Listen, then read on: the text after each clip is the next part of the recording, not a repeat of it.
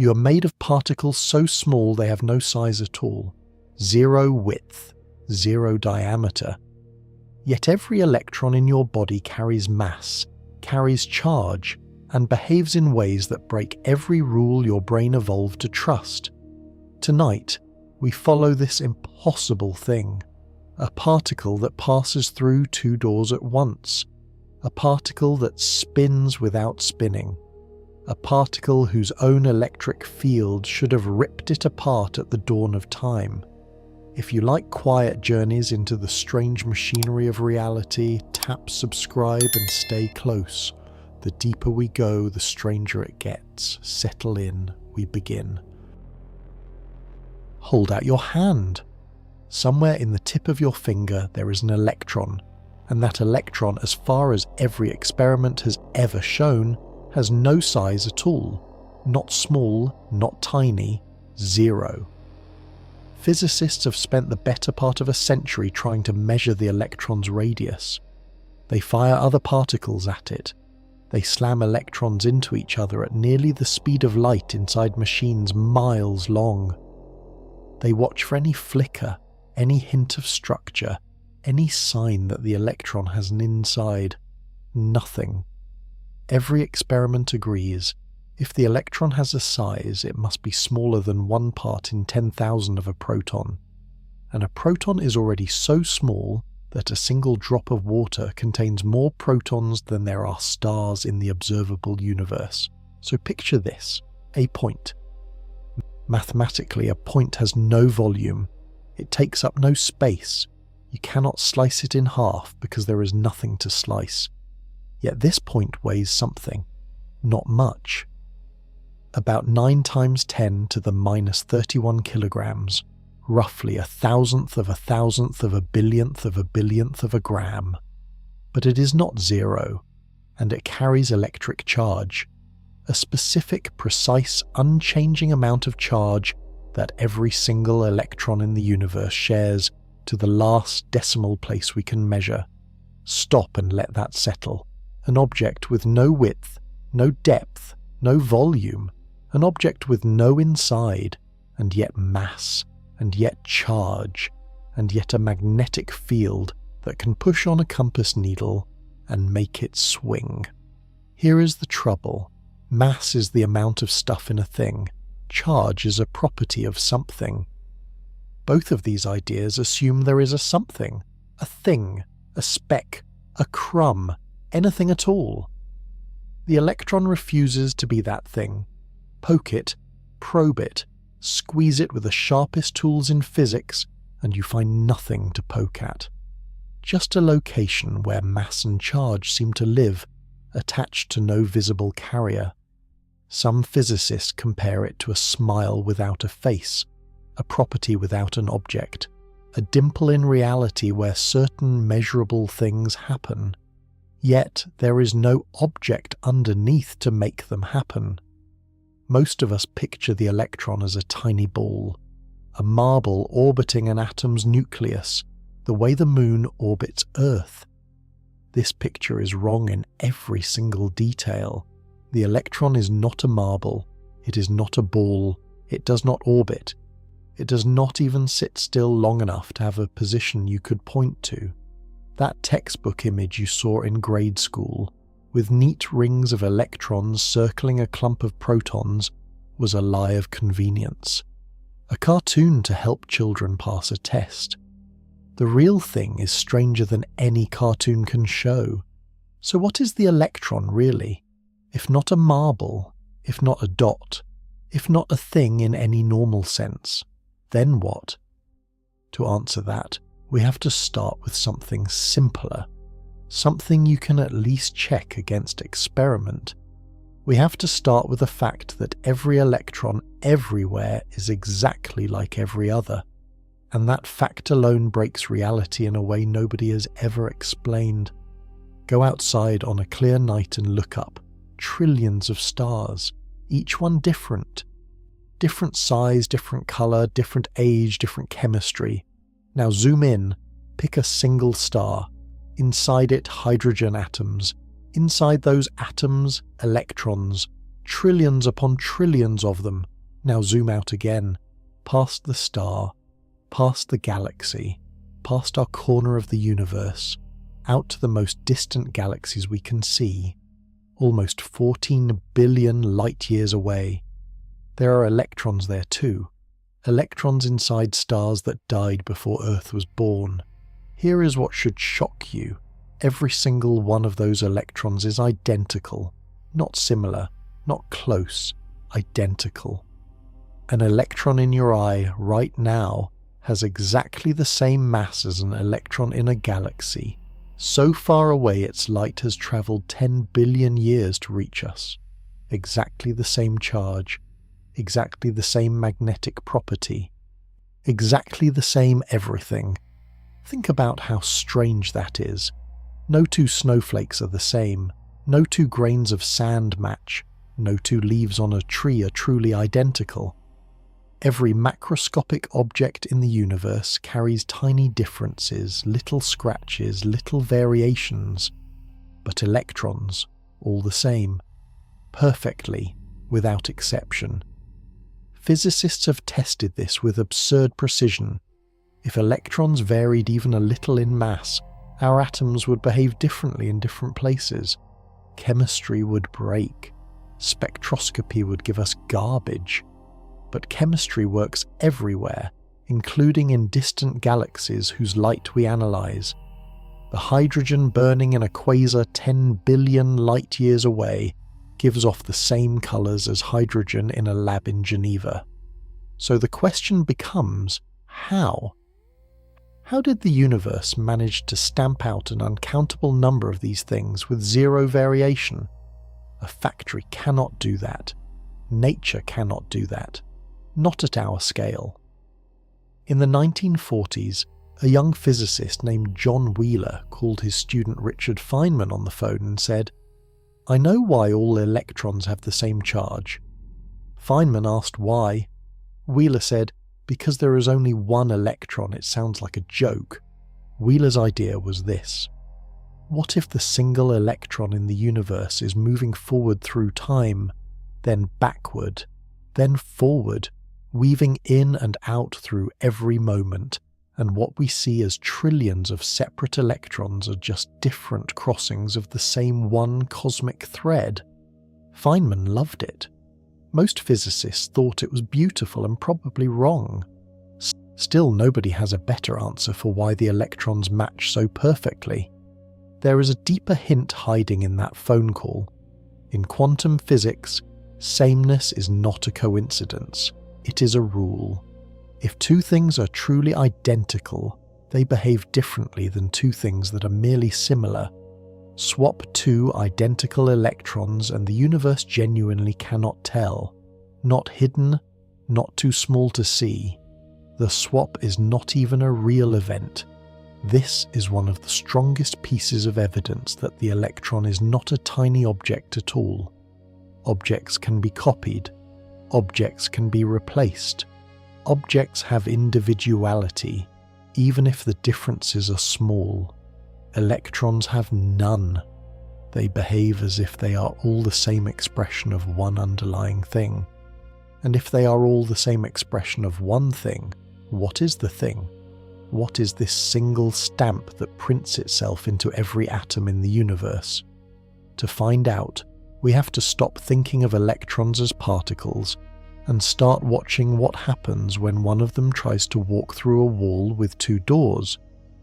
In 1927, two physicists in a lab at Bell Labs in New Jersey fired a beam of electrons at a metal crystal. They expected the electrons to bounce off like pellets hitting a wall. Instead, the electrons spread out in a pattern of stripes. Bright bands, dark bands, the kind of pattern you get only from waves. Electrons were supposed to be particles, little bits of matter. How does a particle make stripes? To understand what that pattern means, picture the simplest version of the experiment. Take a wall, cut two narrow slits in it, side by side, put a screen behind the wall. Now shoot one electron at the wall. If the electron is a tiny ball, it goes through one slit or the other, left or right. Over many shots, you should see two vertical lines on the screen, right behind each slit. Two stripes of hits, like bullet holes. That is not what happens. When you fire electrons through the two slits, you get many stripes. Light, dark, light, dark. An interference pattern, the kind you get when two waves overlap, peaks adding to peaks, troughs cancelling peaks. Here is where it gets weird. You can fire the electrons one at a time, 1 electron per minute, 1 per hour. Slow enough that there is no possibility of 2 electrons meeting in the air. The stripes still build up. Dot by dot, hour by hour, the interference pattern appears. A single electron, alone in the apparatus, somehow interferes with itself. It goes through the left slit and the right slit at the same time. It meets itself on the other side, and the two versions of itself add and cancel like crossing ripples on a pond. Your instinct says this is impossible. Your instinct is right if the electron is a particle. A particle cannot be in two places. It has a location. One location. The electron does not. Now try to catch it in the act. Put a detector next to one of the slits, sensitive enough to notice an electron passing through. Watch carefully which slit each electron takes. The moment you watch, the stripes vanish. The screen now shows the two simple bands you originally expected. Two bullet hole stripes. The interference pattern is gone. Stop watching, and the stripes return. The electron behaves like a wave when nobody checks. When someone checks, it behaves like a particle. The act of measurement changes what it is. Every time the experiment is repeated, with better equipment, with cleaner conditions, with electrons, with atoms, even with molecules made of dozens of atoms, the answer is the same.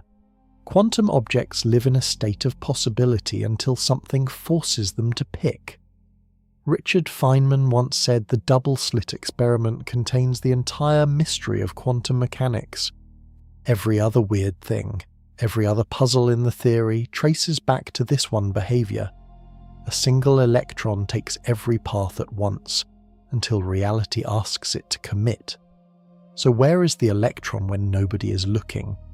Not at the left slit, not at the right slit, not nowhere, somewhere else, something else. A smeared cloud of possibility that has no place in our normal picture of objects. To make sense of this, physicists had to throw away the old idea of an electron orbiting a nucleus. That cartoon you saw in school was not just simplified, it was wrong. Draw an atom. Go ahead. Picture one in your head. Almost everyone pictures the same thing. A clump of dots in the middle, the nucleus, and little balls circling around it on neat rings, like planets around a sun. This picture has a name. It is called the Bohr model, after the Danish physicist Niels Bohr, who proposed it in 1913. It made Bohr famous. It got him a Nobel Prize, and it is completely, thoroughly, deeply wrong. Bohr knew it was wrong even as he drew it. He was trying to patch a disaster. Earlier models of the atom had treated electrons like tiny planets, held in orbit by the pull of the positive nucleus, the same way gravity holds planets around the sun. The math looked clean, the picture was satisfying, the physics was a catastrophe. Here is why. When an electric charge moves in a curve, it gives off radiation. This is not a theory. This is how radio antennas work. A current in an antenna curves and wobbles, and it shoots out electromagnetic waves. An electron circling a nucleus is a charge moving in a curve. So according to standard physics, the orbiting electron should blast out energy every moment it circles. Losing energy, it should spiral inward, inward, inward. and crash into the nucleus. How long should this take? The math says roughly 10 picoseconds. That is 10 trillionths of a second. Every atom in your body should have collapsed before your first heartbeat, before the first star, before the first second of the universe. Matter itself should not exist. Yet here you are, reading these words, made of atoms that have been perfectly stable for billions of years. Bohr's patch was to simply declare that electrons could only sit at certain special orbits, certain fixed rings. They could not spiral inward because they were forbidden to. They could only jump from one allowed ring to another, releasing a chunk of light each time they fell to a lower ring. It was a rule with no reason. Bohr had no idea why electrons obeyed it. He just noticed that if they did, the math matched the colours that real atoms emit. Hydrogen glowing red, neon glowing orange. The pattern of those colours lined up with his allowed orbits. The model worked just well enough to be useful and just badly enough to be misleading, and that is how it got into every textbook. The real electron does not orbit. It does not circle. It does not move around the nucleus in any path you could draw with a pencil. The real electron is a cloud, a fuzzy three-dimensional blur of probability surrounding the nucleus like a hazy fog. In some regions the fog is thick, in others it is thin. The fog is not the electron bouncing around fast and blurring our eyes. The fog is the electron. That is what it is. There is no pencil line. There is no trajectory.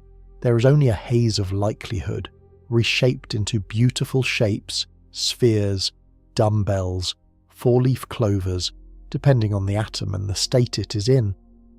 These shapes are called orbitals, and they have nothing to do with orbits. They are maps of where an electron is likely to be found if you looked, not where it is when you're not looking. So what is this cloud really? What is a particle that exists as a haze of maybe instead of a point at an address? Imagine a hydrogen atom. One proton, one electron, simple. Now ask the question, where is the electron right now? Classical physics gives you an answer. The electron is at some specific spot, moving at some specific speed. You may not know the spot, but the spot exists. Our ignorance is the only problem.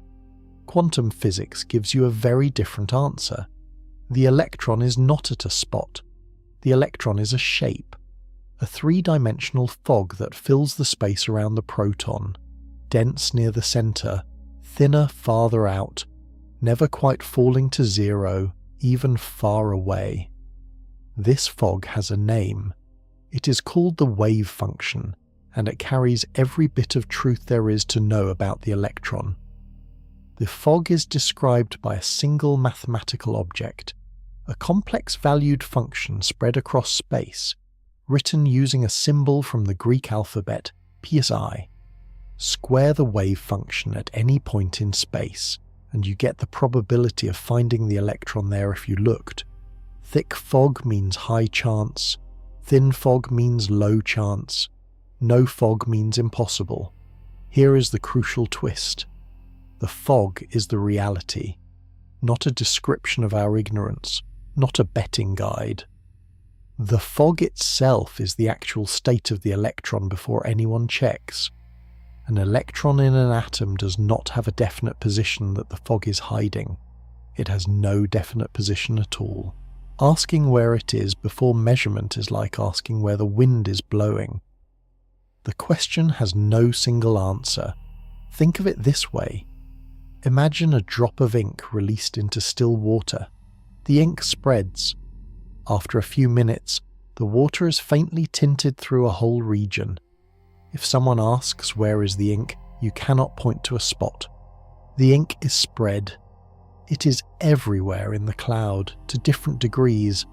The electron is spread like that, except the spread is not made of smaller pieces. There are no tiny ink droplets that together form the cloud. The electron is one thing, and that one thing genuinely is the cloud. In hydrogen, The simplest atom, this cloud is a sphere, dense near the proton, thinning smoothly in every direction. In a higher energy state, the cloud can take other shapes. 2 lobes, like a dumbbell. 4 lobes, like a clover leaf. Rings. These shapes are not pictures of motion. They are the electron itself. Now measure the position of the electron, shine light on it, take a snapshot. Suddenly, the fog collapses. You find the electron at one specific point, one location, one tiny dot. Where did the rest of the fog go? The answer is strange and honest. Nobody knows. The cloud that was everywhere a moment ago is suddenly nowhere except the point where you found it. This is the measurement problem. Before you look, a cloud. At the moment you look, a point. After you look, a cloud again, spreading out from that point. Looking did something. What that something is, we cannot say. Every electron in your body is a cloud right now, each one tucked around some atom, each one a smooth shape of probability. The solidity of your hand is made of clouds. The chair you sit on is made of clouds. The world is clouds pretending to be things, and at the centre of that pretense lies a puzzle physicists have argued about for 100 years. The puzzle of the moment the cloud becomes a point. Here is the most embarrassing fact in modern physics. Nobody knows what happens when you measure a quantum system. The math is clean. You have a cloud, a wave function spread across space. You measure. The cloud collapses to a single point. That is the rule. It works. Every experiment confirms it. But why? How? At what exact moment? Triggered by what? The theory does not say. The equations that describe the cloud spreading are beautiful and smooth. The collapse is something else. A sudden snap. A discontinuous jump from a spread out possibility to a single definite result. Physics has no smooth equation for that snap. This is called the measurement problem, and it has divided physicists since the 1920s. Some say the cloud collapses when a conscious observer looks. The electron stays in a fog until a mind registers it. This idea, once taken seriously by giants like Wigner, puts consciousness at the centre of reality. Most physicists find it uncomfortable. It implies the universe needed a watcher to become real. Others say the collapse happens when the electron touches anything large enough. A detector, a screen, a dust mote. Any big, warm, messy system that connects the quantum cloud to the ordinary world. The exact line between quantum and ordinary stays blurry, and nobody can define where one ends and the other begins. Then there is the many worlds idea. Put forward in the 1950s by a young physicist named Hugh Everett, it says the cloud never collapses at all. When you look, you simply split. One version of you sees the electron on the left, another version sees it on the right. Both versions are equally real. Every measurement branches the universe into copies, each with a different outcome. It sounds like science fiction. The math, though, is simpler than collapse. You do not need a mysterious snap. You just need reality to keep branching. For decades, this idea was dismissed. Lately, many physicists have started to take it seriously, though nobody has a way to test it. Here is a thought experiment to feel the weirdness.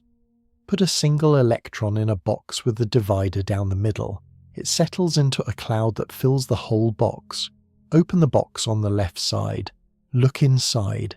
Either you find the electron on the left with full certainty, or you find it on the right, and the left is empty.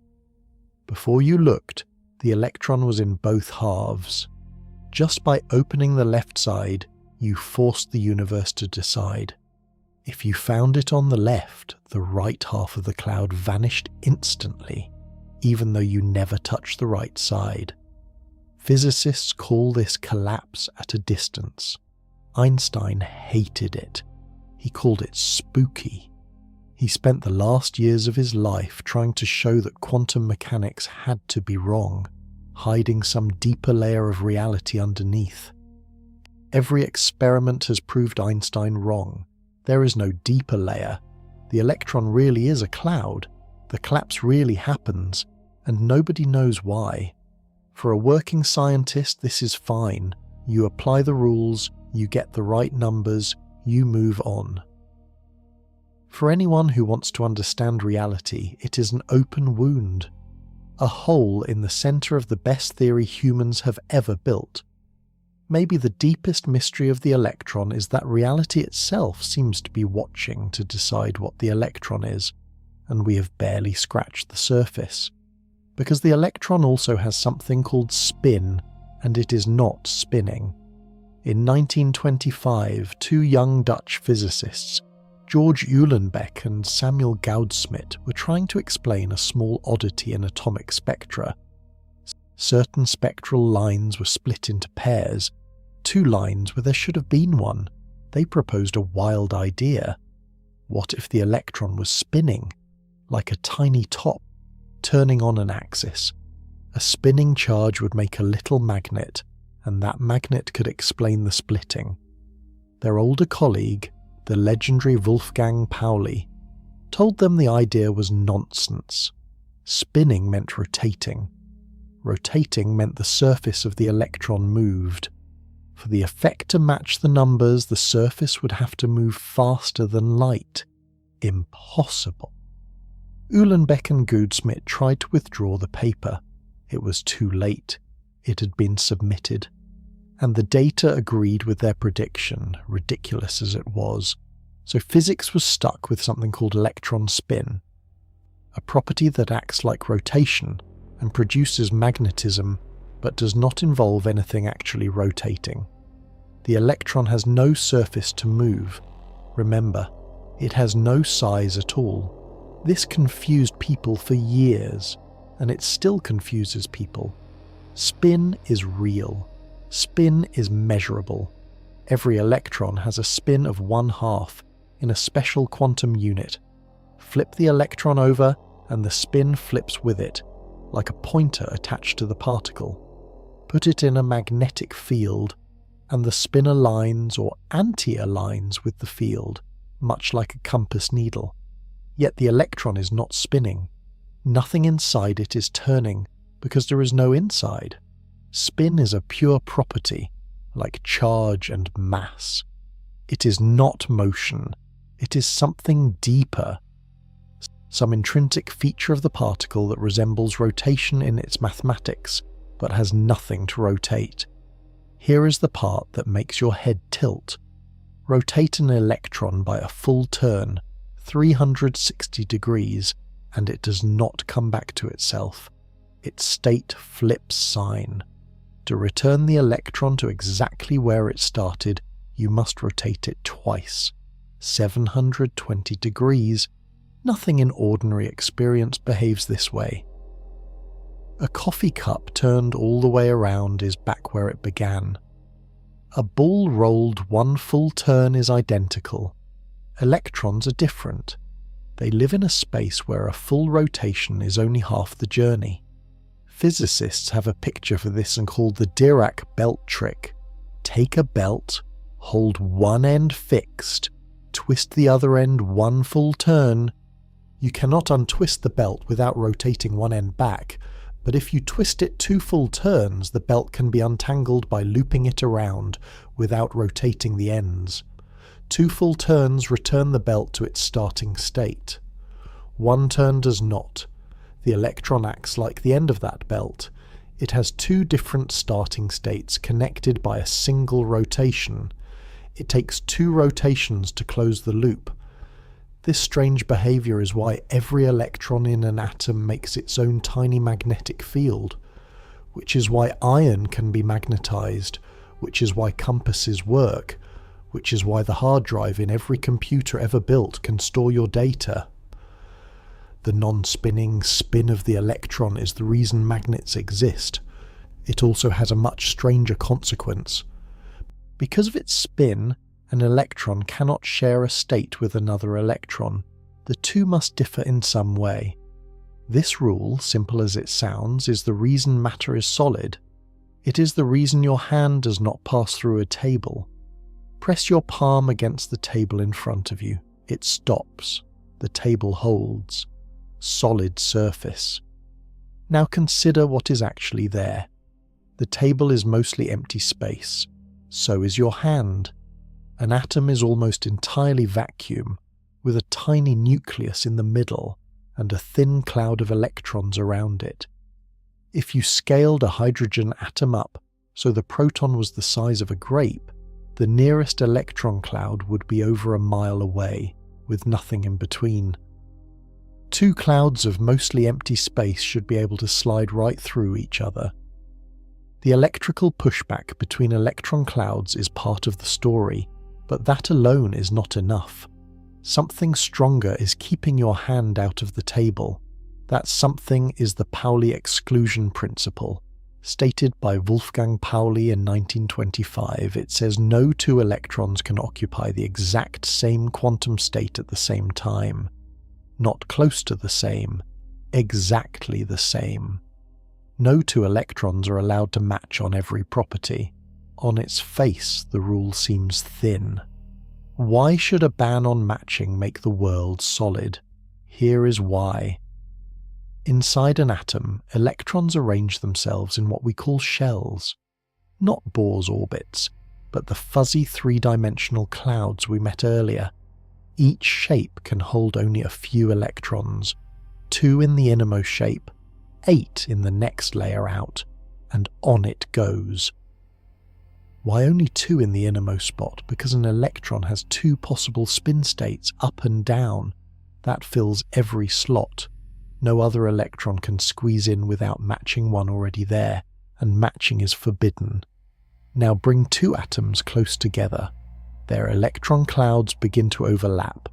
To keep every electron in a different state, some of them have to jump to higher energy levels. Higher levels take more energy.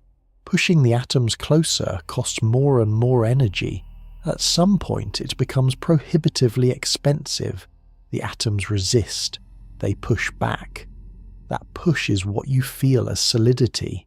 It is not magnetism. It is not ordinary electric repulsion. Not entirely. It is a deep geometric rule baked into quantum reality. Electrons refuse to share states, crowd them, and they shove. This one rule builds everything. It is the reason atoms have chemistry. Fill one shell, and the next electron has to start a new shell, giving an atom different chemical behavior. That is the periodic table. Hydrogen, helium, lithium, beryllium, all the way to the heaviest elements. Every chemical property traces to how shells fill, and shells fill the way they do because of Pauli. The rule also holds up the stars. In a dying star, gravity tries to crush the matter down to nothing. The electrons refuse. They cannot all pile into the lowest state. The pressure they create, called electron degeneracy pressure, holds up a dead star called a white dwarf against its own gravity. Your sun will end its life that way, a cooling ember propped up by the stubbornness of electrons. In even more extreme collapses, where electrons themselves get crushed into protons, the result is a neutron star. Even there, the neutrons follow the same rule, refusing to share states. The densest matter in the universe, short of a black hole, stays stable because of Pauli's simple, no-matching law. Every table, every planet, every star, every living body is held up by a quiet quantum rule about sameness. Yet the electron has one more trick that makes even the exclusion principle look tame. It can walk through solid walls, roll a marble toward a small hill.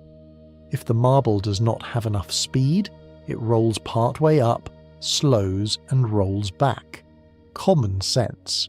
If you lack the energy to climb a barrier, you do not climb it. Now shrink the marble to the size of an electron. the common sense breaks. An electron approaching a barrier, a wall of energy it does not have enough oomph to cross, does not simply bounce back. Sometimes, without warning, the electron appears on the other side. No climb, no breakthrough. It was on one side, now it is on the other. As if the wall was not there. This is quantum tunneling, and it is not a rare accident. It is constant. It is happening right now, all around you and inside you, billions of times per second. The explanation goes back to the probability cloud. An electron is not a point. It is a smeared shape of likelihood. When that cloud meets a barrier, most of it reflects. Some of it, a thin tail, seeps into the barrier. If the barrier is thin enough, a sliver of the cloud reaches the other side. And there, beyond the wall, the electron has a real chance of being found. Measure the electron and you may find it on the near side as expected. Measure often enough, and sometimes you find it on the far side, which should have been unreachable. This is not the electron slipping through a crack. There is no crack. The wall is solid. The energy needed to cross it in ordinary terms exceeds what the electron has, yet the electron gets across. The probability cloud insists. You might be tempted to think this is too small and exotic to matter. In practice, tunneling is everywhere. The sun shines because of it. In the core of the sun, hydrogen nuclei fuse into helium and release the energy that warms every creature on Earth. For two hydrogen nuclei to fuse, they must touch. To touch, they must push through a cliff of electrical repulsion, because both are positively charged and hate being close. Even the scorching core of the sun is not hot enough to shove them over that cliff. They tunnel through instead. The probability of any single pair tunneling is tiny. Multiply by the unimaginable number of pairs colliding every second in the sun's core, and the trickle becomes a flood of energy. The sun burns because electrons, and the particles near them, cheat barriers. Tunneling also runs your life at a smaller scale. Inside every flash drive, every SSD, every computer memory chip, electrons tunnel through thin insulating walls to store and release charge. Without tunneling, there is no modern electronics. The device you listen to this script on works because of a quantum trick that says walls are not really solid if you are small enough. In certain microscopes called scanning tunneling microscopes, scientists bring a sharp needle within a few atoms of a surface. A tiny current of tunneling electrons flows across the gap. By measuring that trickle, the microscope maps the surface atom by atom.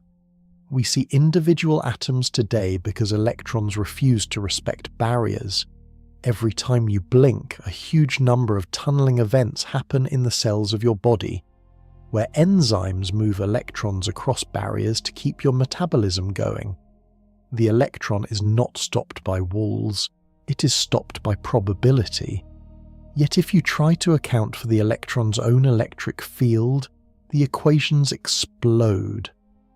The electron should have infinite energy, which raises a question no one wants to face. An electron carries an electric charge. That charge creates an electric field around it. The field pushes on other charges nearby. Ordinary physics, nothing strange yet. Here comes the trouble. The electron's own field pushes on the electron itself. A charge feels any electric field in its vicinity. The electron is in a field, its own. That field, especially close to the charge that makes it, is enormous. As you get closer to the electron, the field strength rises. Right at the location of the electron, the field blows up to infinity. So how much energy is stored in the electron's own field? Compute it, and you get infinity. A clean, sharp, embarrassing infinity. Einstein's equation connects energy and mass. E equals mc squared. If the electron's field carries infinite energy, It should contribute infinite mass. The electron should weigh more than the universe. It does not. The electron's mass, carefully measured, is a small finite number. Tiny. Definite. Nowhere near infinite. Reality and theory disagree by a ridiculous amount. The mismatch is not a rounding error. It is infinity against a small real number. Something is deeply wrong with how we are computing this. Physicists first noticed the problem in the late 1920s as they tried to bolt Einstein's special relativity onto quantum mechanics. Everything was beautiful until the self-energy terms appeared. Every calculation of an electron's properties produced infinities in the places where sensible finite numbers should live. For about 20 years, quantum theory staggered under this weight. Some of the greatest minds in physics, Heisenberg, Pauli, Dirac, Oppenheimer, tried to fix it. Nobody could. There were rumors that the theory might have to be abandoned. Then, after the Second World War, 3 physicists working separately found a way forward. Julian Schwinger, Richard Feynman, and Shinichiro Tomonaga, working quietly in war-torn Japan. Each arrived at the same trick with different language. The trick was called renormalization, and it was mathematically brilliant and philosophically uncomfortable. Here is the gist. The infinite self-energy suggests the electron's bare mass. The mass it would have with no field around it is also unknown. Maybe it is minus infinity. Maybe it is anything. If you let the bare mass be a free parameter and require the total, the bare mass plus the self-energy, to match the measured mass, then the infinities of the bare mass and the infinities of the self-energy can be arranged to cancel. Plus infinity minus infinity, carefully tuned, leaves a finite answer. It sounds like cheating. It looks like cheating. And it delivers the most accurate predictions in all of science. The electron's magnetic strength, calculated using renormalization, agrees with experiment to more than 12 decimal places. No other theory has ever been that accurate. Ever. Renormalization works. Inconveniently, it works. Feynman himself called it shell game. He said, "It is not mathematically legitimate, but it somehow gives the right answer." He went to his grave suspicious of the whole business. Today, most physicists see renormalization as a hint. It suggests that the electron, as we describe it, is not the final story.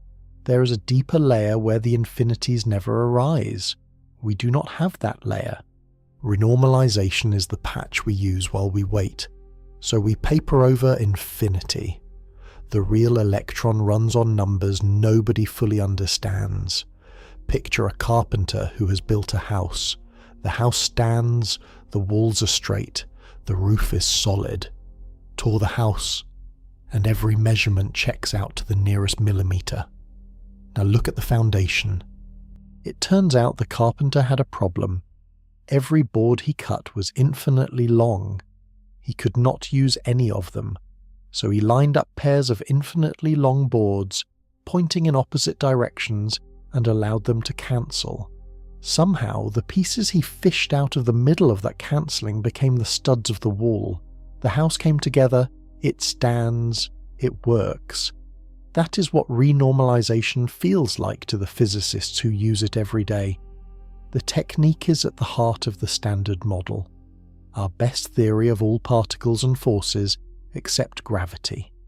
Any calculation that involves an electron interacting with the electromagnetic field uses renormalization. The theory predicts the magnetic strength of the electron with astonishing precision, better than 1 part in a trillion. Apply renormalization, and the answer matches the real electron in the laboratory to more digits than any other theory in science. Still, the method hides a deep embarrassment. To make it work, physicists have to introduce a cutoff, a tiny length scale below which they stop integrating. Pretend just for now that nothing exists smaller than this. Then the infinities become large but finite numbers. You can then adjust the bare parameters of the theory, bare mass, bare charge, to make the finite results match reality. The catch is, the cutoff is arbitrary. You could put it at 1/1000th of an inch, or 1/1000000000th of a billionth. The final prediction should not depend on that choice, and for a well-behaved theory, they do not. All sensible numbers cancel out of the final predictions. The cutoff is a scaffolding you throw away at the end, but the scaffolding is there, in the middle of the derivation. It feels like cheating. Richard Feynman, who won a Nobel Prize for this very work, wrote that renormalization was a dippy process and that he was not sure it was mathematically legitimate. Paul Dirac, the man who wrote down the equation that predicted the electron's behavior, called it ugly and refused to accept it until the end of his life. Other physicists made their peace with it. Kenneth Wilson in the 1970s found a deeper way to see renormalization, not as a trick but as a hint about how physics behaves across different scales. Under Wilson's view, renormalization reveals that the parameters we call the electron's mass and charge actually depend on the energy at which we probe them. Zoom in and the numbers shift. Measure the electron's charge at low energy, you get one number. Measure it at the enormous energies inside a collider, you get a slightly different number. The charge runs with the energy scale. The running is real, and it has been observed. So renormalization is not merely a patch for a broken theory.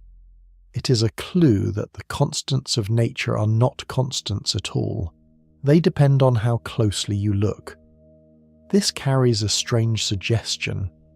Maybe the electron we see at everyday energies is a dressed object. At small scales, it is surrounded by a fog of virtual particles that tweak its apparent mass and charge. What we call the electron is the whole dressed package, not the bare thing inside, and that whole dressed package predicts one number so precisely that it feels impossible to be wrong. If you want to settle whether a theory is right, pick a single number, calculate it as precisely as you can, and see if the measurement matches. For the electron, that number is called the anomalous magnetic moment, usually written as G-2 over 2. Here is the story behind that odd name. Every electron acts like a tiny magnet. In simple classical physics, a spinning charge has a predictable magnetic strength, measured by a quantity called G equal to 1. When quantum mechanics came along, the Dirac equation, which describes the electron, predicted that G should equal exactly 2, not 1, 2. For years, 2 was the answer. Then, in 1947, an experiment measured with higher precision, and it came in just slightly above 2. Something tiny, in the third decimal place, was pushing the magnetic moment above the pure Dirac value. That tiny extra was the anomaly. The theorist had to explain it. A young Julian Schwinger sat down and calculated the first correction. He found that the electron's interaction with its own electromagnetic field nudges its magnetism by a very small amount, predictable from the structure of quantum electrodynamics. The math agreed with the experiment. That calculation, carried out in one afternoon, kicked off a race that has now gone on for 70 years. Every decade, the theorists refine the calculation. Every decade, the experimenters refine the measurement. Every decade, the two numbers grow closer. Today, the anomalous magnetic moment of the electron is the most precisely verified prediction in all of physics. The agreement between theory and experiment reaches beyond the 12th decimal place. To feel how absurd that is, try this comparison. Imagine measuring the distance from New York to Los Angeles, about 2,500 miles. Now imagine that distance known accurately to within the thickness of a single human hair. That is still less precise than the electron's magnetic moment. How does anyone measure anything to 12 decimal places? The key experiment lives in a small vacuum chamber, colder than deep space. A single electron is trapped in place by carefully tuned electric and magnetic fields. Alone. No other particles. One electron suspended watched for weeks. The electron spins and wobbles in the field. Its wobble rate depends on its magnetic strength. By counting its wobbles and comparing to another well-known frequency, physicists pry out each digit one by one. This experiment, first perfected at the University of Washington and later refined at Harvard, is a masterpiece of patience. On the theory side, the calculation involves summing over thousands of possible virtual processes. Every little quantum event that could happen between the electron and the fields around it gets drawn as a diagram, calculated, and added up. More than 12,000 such diagrams go into the modern prediction. When the two numbers are laid side by side, they agree across 12 decimal places.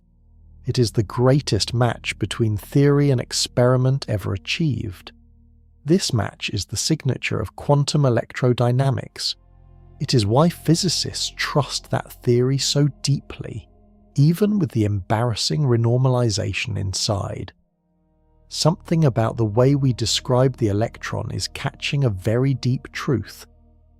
Yet a slightly heavier cousin of the electron, called the muon, shows a small disagreement. Its magnetic moment seems to wobble at a rate that does not quite match the current prediction.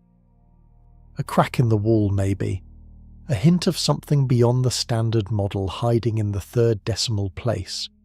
The electron, though, behaves exactly as predicted, which only makes the next twist stranger. In 1928, a quiet Englishman named Paul Dirac wrote down an equation that changed physics forever.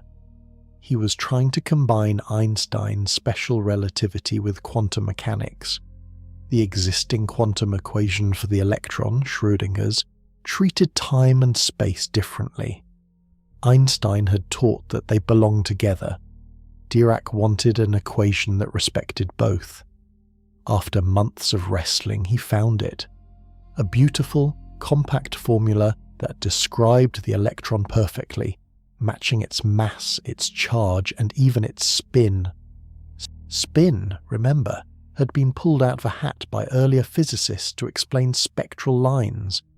Dirac's equation contained spin automatically. The electron was spin 1/2 because the math said so.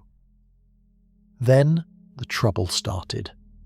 Dirac's equation had two solutions. One described an electron with positive energy.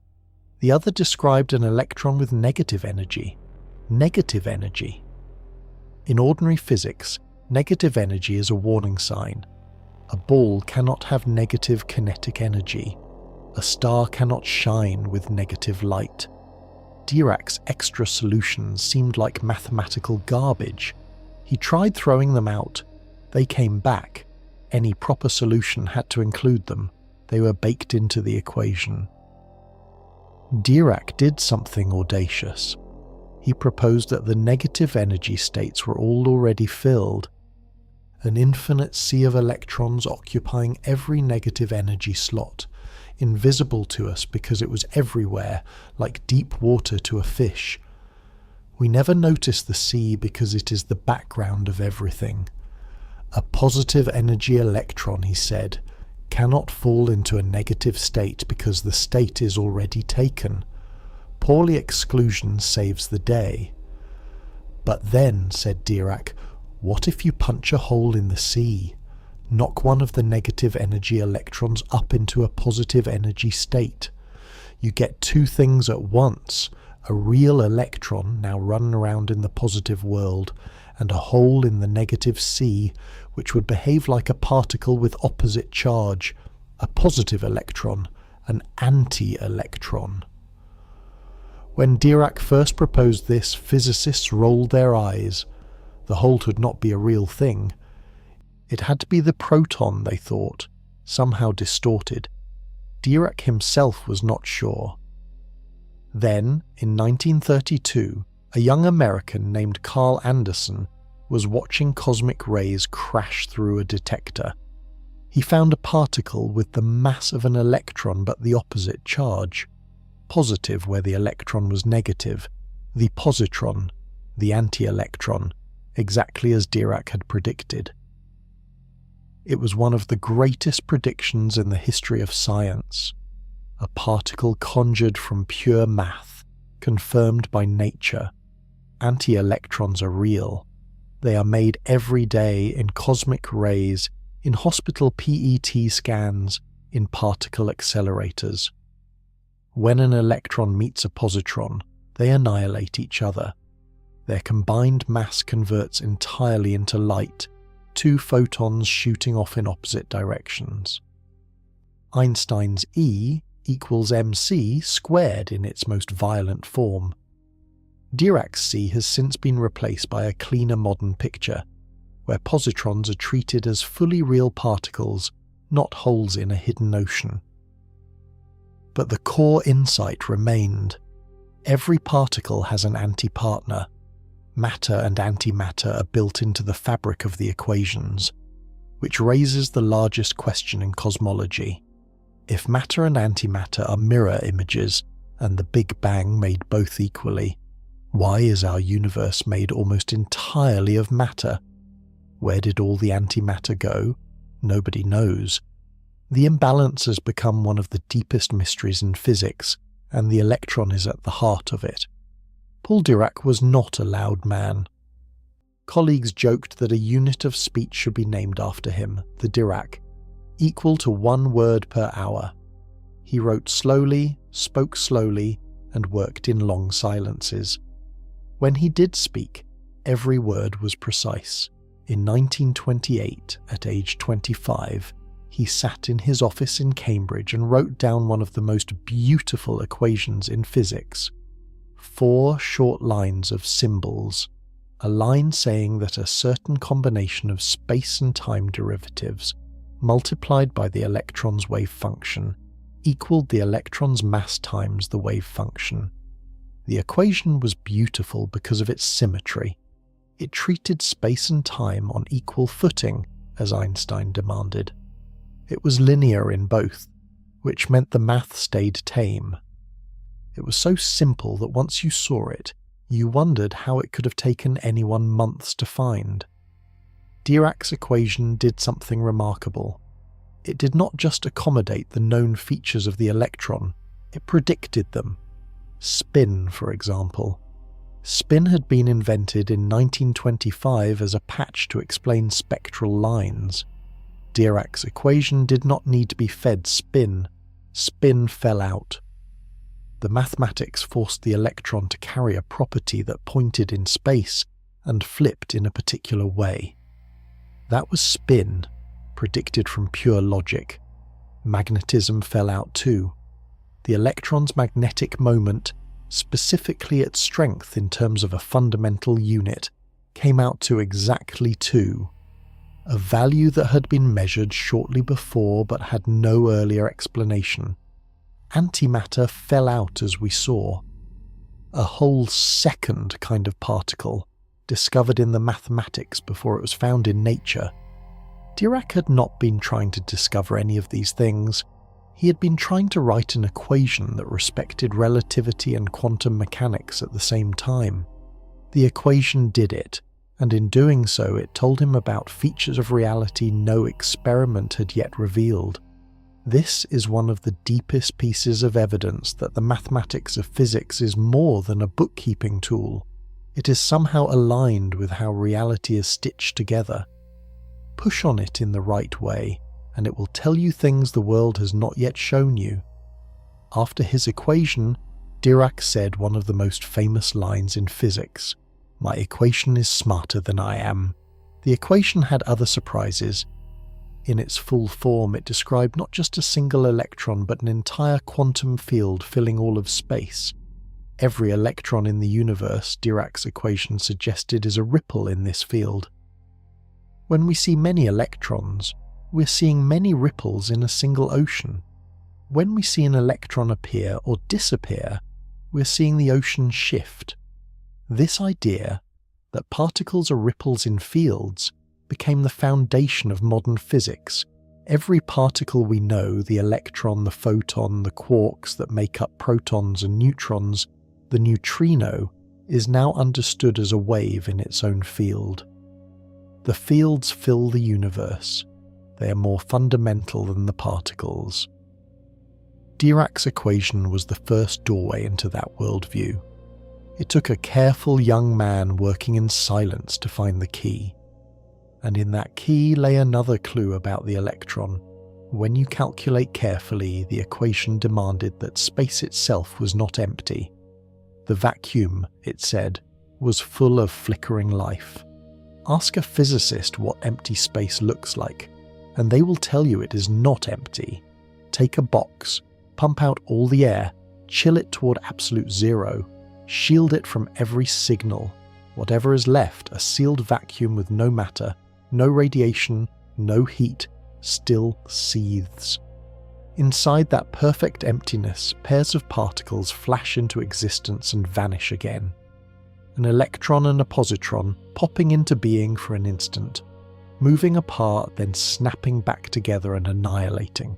Over and over, everywhere, in every cubic inch of the vacuum, every moment. These fleeting pairs are called virtual particles. They are not fictions, they're not bookkeeping tricks. They leave real, measurable traces. Space itself is full of them. The idea grew out of the uncertainty principle, which says that certain pairs of properties, like energy and time, cannot both be known with perfect precision. Over very short intervals, the energy in a region of space is fuzzy. It can borrow energy from the void and repay it quickly, as long as the loan is brief. Borrow enough energy for long enough, and you can conjure an electron-positron pair. The pair is not stable. It must vanish again before the quantum books are audited. Most of these loans last less than a trillionth of a second, but they happen endlessly, filling every cubic millimeter of space with a fog of short-lived particles. You might wonder if this is just fancy language for ignorance. It is not. Virtual particles produce effects that experiments can pin down. In the Casimir effect, two metal plates are placed extremely close together in a vacuum. Virtual particles appear on both sides of the gap. Between the plates, only certain wavelengths fit. Outside, any wavelength can appear. The imbalance pushes the plates toward each other with a tiny but measurable force. This force has been observed repeatedly. Virtual particles push real metal. In another experiment, physicists fire intense laser beams into what should be empty space. At extreme intensities, virtual particles can briefly become real, pulled from the vacuum by the strength of the field. The vacuum itself can be made to emit light. Empty space is not inert. Inside atoms, virtual particles constantly surround the electron. An electron in a hydrogen atom is never alone. Around it swarms a cloud of virtual electron-positron pairs, flickering in and out, slightly reshaping its effective charge and mass. This is part of why the electron's measured magnetic moment is not exactly 2, but just a sliver more.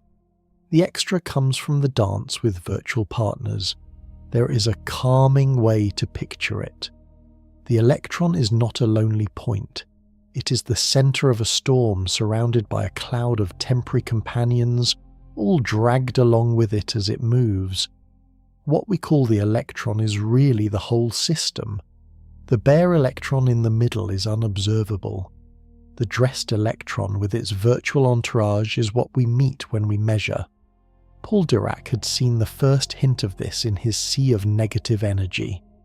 Modern quantum field theory reinterpreted it as a roiling vacuum, and every calculation of every electron property takes the roiling into account. Strangest of all, the virtual particles are not confined to laboratories. They fill the entire universe. Right now, trillions of electron-positron pairs are flickering in and out of existence inside your coffee cup, inside your lungs, in the space between stars. Their presence has a measurable influence, even on the way a single electron in a single atom sits on its lowest level. In 1947, just after the war, an American physicist named Willis Lamb performed an experiment that shook quantum theory to its bones. Lamb was studying hydrogen, the simplest atom, one proton, one electron. According to Dirac's equation, certain energy levels of hydrogen should be exactly equal. Two different electronic states in hydrogen, called 2s and 2p, were predicted to share the same energy. Lamb wanted to check. He built a device using wartime microwave technology, the same kind of equipment used in radar. He trapped hydrogen atoms, poked them with microwaves, and measured how they responded. The two levels were not equal. They differed by a small amount, a fraction of a microwave frequency. A real, measurable gap. According to Dirac, that gap should be 0. It was not 0. Dirac was wrong by a tiny but solid margin. This small difference became known as the Lamb shift, and it was a bombshell. For almost 20 years, Dirac's equation had been the gold standard for describing the electron. Every textbook built on it. Lamb's experiment showed that the equation was missing something. Within months, theorists had an answer. The missing ingredient was the vacuum. When you compute the hydrogen levels using only Dirac's equation, you imagine an electron sitting in empty space around a proton. But empty space is not empty. The electron interacts constantly with the cloud of virtual particles flickering around it. That interaction pushes on the electron's energy in different ways, depending on what state it is in. For one state, the nudges happen to lift the energy slightly. For another, they shift it differently. The result is that two states that would have been equal end up at slightly different levels. Lamb's shift. Hans Bethe, riding a train back from a physics conference, calculated the size of the shift on the spot using rough approximations. His answer came close to Lamb's measurement. Later, with the full machinery of renormalized quantum electrodynamics, the answer matched Lamb's number with extraordinary precision. The Lamb shift was the first proof that the vacuum itself is a real active thing. Virtual particles were not a conceptual crutch. They had just nudged the energy levels of a hydrogen atom by exactly as much as the math predicted. Every hydrogen atom in your body has its energy level slightly shifted by a sea of virtual particles flickering in and out of the vacuum around its lone electron. Every star in the sky burns with hydrogen atoms whose inner structure has been quietly sculpted by empty space. The Lamb shift was also a triumph for the young theory of quantum electrodynamics. It proved that the strange renormalization procedure, with all its infinity cancellations, was tracking something real. Virtual particles, the embarrassing self-energy, the careful cut-offs, all of it led to a number that agreed with hydrogen in a lab bench. For decades afterward, the Lamb shift grew in precision. Modern measurements pin it down to 10 digits. Modern theory matches those 10 digits. Each digit is a fresh confirmation that the vacuum is alive, and the electron is always entangled with it. One final consequence follows. If the electron is constantly interacting with fields and virtual partners, then the simple picture of a lone particle is inadequate. The electron should be thought of as a ripple in an ocean that fills all of space. That ocean is the electron field, and understanding the field is the next step toward understanding what an electron really is. By the middle of the 20th century, physicists had built a new way to see the world. The new picture was called quantum field theory, and it replaced the idea of particles as tiny objects with the idea of particles as excitations in fields. The shift is easier to understand with an analogy from the ocean. Picture the surface of a calm sea. Now imagine a small ripple travelling across it. The ripple has a shape, it carries energy, it moves in a direction. You could almost call it a thing. If you were a small creature riding that surface, you would see a bump travelling past. But the ripple is not a separate object, it is the ocean, arranged into a bump. When the ripple leaves, the ocean stays. The bump was a temporary shape in a continuous medium. Quantum field theory says this is what particles are. Everywhere in space, filling the entire universe, there exists a continuous medium called the electron field. Normally, the field sits in its ground state, with tiny quantum jitters everywhere. When you add energy to the field in the right way, a ripple forms. That ripple, tightly localized and traveling through space, is what we call an electron. Absorb the ripple, and the field smooths out. The electron is gone. It was never a separate object. It was a pattern in the ocean. Every kind of particle has its own field. There is a photon field, filling space, whose ripples are photons. There is a quark field, actually several. There is a Higgs field. There is a neutrino field. The world, in this picture, is a stack of overlapping oceans, each able to carry its own kind of wave. Particles are the waves. This idea explains gracefully why all electrons are identical. They're not individual objects. They're the same kind of ripple in the same field. A ripple in the Pacific Ocean in 1900 and a ripple in the Atlantic today share nothing as objects, but as shapes of water, they are the same pattern. Electrons are like that. Their sameness comes from belonging to a single underlying field. The field picture also clears up how particles can appear and disappear. In a radioactive decay, a neutron turns into a proton, an electron, and an antineutrino. The old particle picture struggled. The field picture says, the neutron's ripple smooths out, and in its place ripples form in the proton, electron, and antineutrino fields. No particle needs to be manufactured from nowhere. Energy sloshes between fields, creating ripples of different kinds. The vacuum itself, as we saw, is not empty.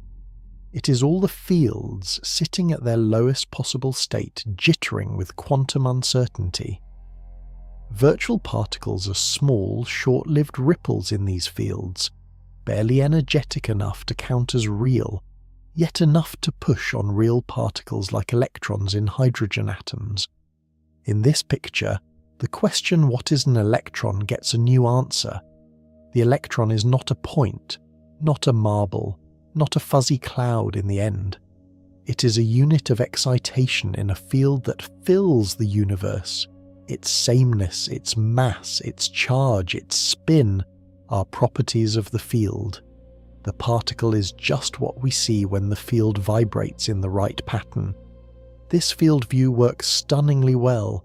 It matches the electron's magnetic moment to 12 decimal places, as we saw. It explains antimatter, spin, and the roiling vacuum, and in its depths it hints at why any two electrons, when you swap them, leave the universe completely unchanged. Imagine two coins on a table, one shiny, one dull. Swap them. You can tell. The shiny one is now on the left, the dull one on the right. The swap was a real event. Now imagine two coins that are exactly identical. Same scratch marks, same weight, same everything. Swap them. Can you tell? At the level of coins, not really, because even tiny differences exist. At the level of electrons, the question has a deeper answer. You cannot tell, and the cannot is absolute. not a limit of your eyes, not a limit of your tools. The swap for electrons is not a physical event at all. Quantum field theory makes this clear. Each electron is a ripple in a single electron field. There are no separate objects to swap. When you claim to have two electrons in a room, you have one field with two excitations in it. Ask which ripple is which, and the question does not have an answer. The field does not carry tags. This becomes sharp in a careful experiment. Send two electrons toward each other at right angles. Let them scatter. Measure where they end up. Half of them should go to the left, half to the right. You want to compute the chance that one goes to detector A and the other to detector B. If the electrons were different objects, you would add the probabilities for each path. Electron 1 goes left, electron 2 goes right. One outcome. Electron 2 goes left, electron 1 goes right. A different outcome. You would add their chances. Electrons are not different objects. You have to add their wave amplitudes, not their probabilities. Because they are fermions, particles that obey the Pauli principle, you have to subtract one amplitude from the other before squaring. Subtract. That changes the final numbers in ways that experiments have confirmed 1,000 times. This rule, called antisymmetry under exchange, is the mathematical core of the Pauli exclusion principle. Swap two electrons and the overall wave function gets a minus sign. Ask the wave function to describe two electrons in exactly the same state, and the minus sign forces the function to equal its own negative, which can only happen if it is zero. Zero wave function means zero probability. Two electrons cannot share a state. This pure mathematical fact, emerging from the fact that electrons have no individuality, is what holds up tables, planets, and stars. Here is something even stranger. You can watch the indistinguishability in the lab. Shoot two electrons through slits. Their interference pattern differs from what you would see if they were distinguishable. Even when the two electrons have never met, never touched, never interacted, the pattern reflects the fact that they are the same kind of ripple in the same field. The universe simply knows. Einstein never liked it. He felt there had to be hidden details, little tags, that made one electron different from another. A series of experiments starting in the 1960s and continuing to today has shown there are no tags. Two electrons are genuinely mathematically identical. A philosopher could spend a lifetime on what this means. If two things can be swapped without any physical consequence, in what sense are they two? Or are they aspects of one underlying pattern that the mind splits into two for convenience? Quantum mechanics does not care about our discomfort. The electrons obey their rule, and the stars shine, and matter stays solid. And when two electrons become entangled, their sameness stretches across space in a way even Einstein called impossible. Put two electrons together under just the right conditions, let their quantum states become linked, then pull them apart. Feet apart, miles apart, even light years apart in principle, they are still linked. This linkage is called entanglement, and it is perhaps the strangest feature of quantum physics. Say the two electrons are entangled in their spins. Spin, we saw, has two possible values, up and down. For a pair prepared in a special state, the rule is that if one electron is found spin up, the other must be spin down, and vice versa, always opposite, perfectly correlated. Here is the part that drove Einstein mad. Before you measure, neither electron has a defined spin. Each one is in a fuzzy superposition of up and down, a cloud with both possibilities. When you measure the first electron, you force it to pick. Say it picks up. In that instant, No matter how far away the second electron is, its spin is now certainly down. The cloud around the second electron collapses too at the same moment. No signal passes between them. No message travels. The correlation is established faster than anything Einstein allowed in his theory of relativity. He called it spooky action at a distance. He thought it meant quantum mechanics had to be wrong, or at least incomplete. In 1964, an Irish physicist named John Bell found a way to settle the argument. He wrote down a precise rule, now called Bell's inequality, which any theory with local hidden tags would have to obey. Measure the spins of many entangled pairs at various angles, compile the statistics, and check whether Bell's inequality holds. Quantum mechanics predicted a clear violation of the inequality. Local hidden variable theories predicted the inequality would hold. The first careful experiment, by Alain Aspect in the early 1980s, came down firmly on the quantum side. Later experiments sealed the deal. In 2015, a team in the Netherlands ran a version with every loophole closed. Entangled electrons, separated by more than a kilometre, violated Bell's inequality in exactly the way quantum mechanics predicted. There are no hidden tags. Einstein's dream of a deeper classical layer is dead. The electrons really are linked, and the link really does operate non-locally. What does this mean in practice? You cannot use entanglement to send messages faster than light.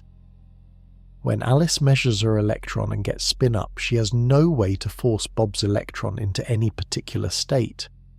Bob just sees his own measurement, random from his side, correlated with hers only when they later compare notes. The cosmic speed limit still holds for signals, yet the correlation itself is unquestionably faster than light.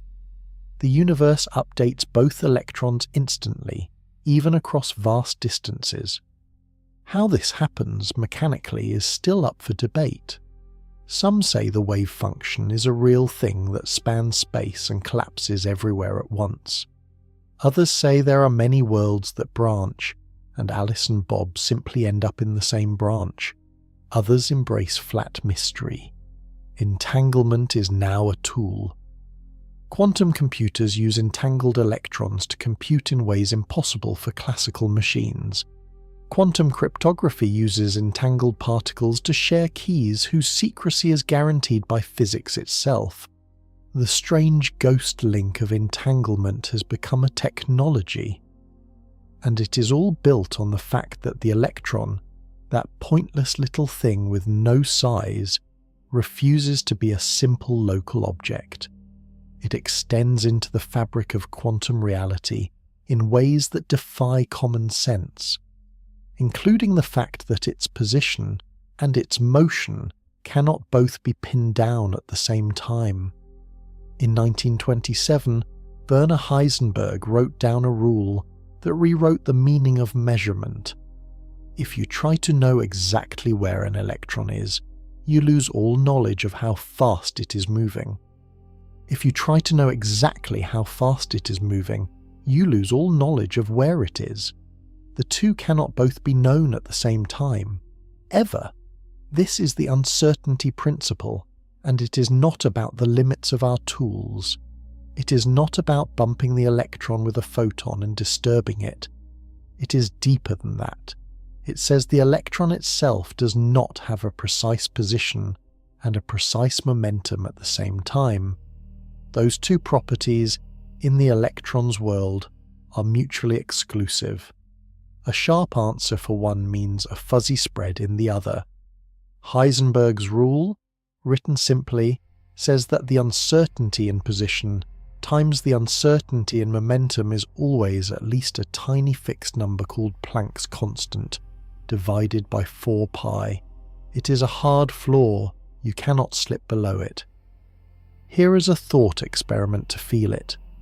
Take an electron prepared in a state where its position is very tightly localized. It sits in a small region of space within a billionth of an inch. Measure its momentum. You will find a huge spread in results.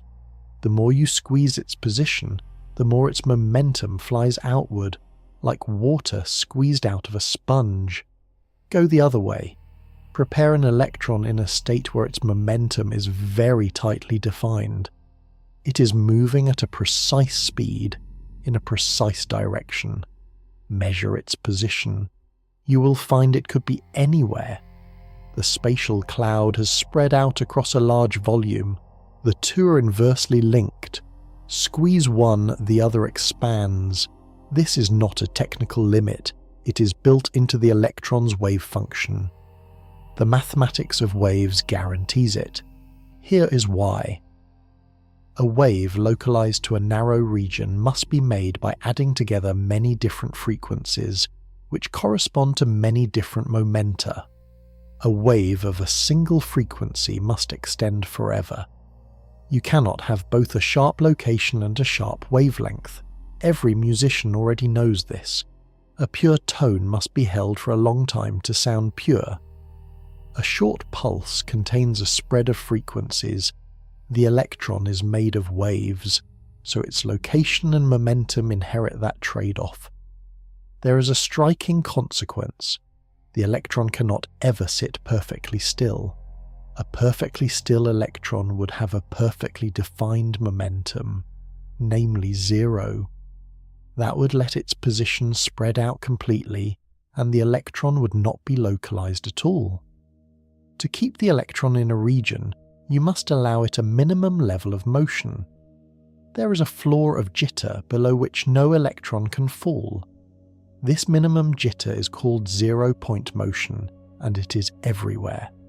In the coldest atom, in the core of the Earth, in the vacuum of deep space, electrons are shivering with irreducible quantum motion, even at absolute zero.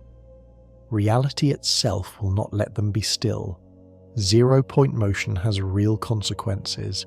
It keeps helium liquid near absolute zero, since the helium atoms refuse to sit still and settle into a solid.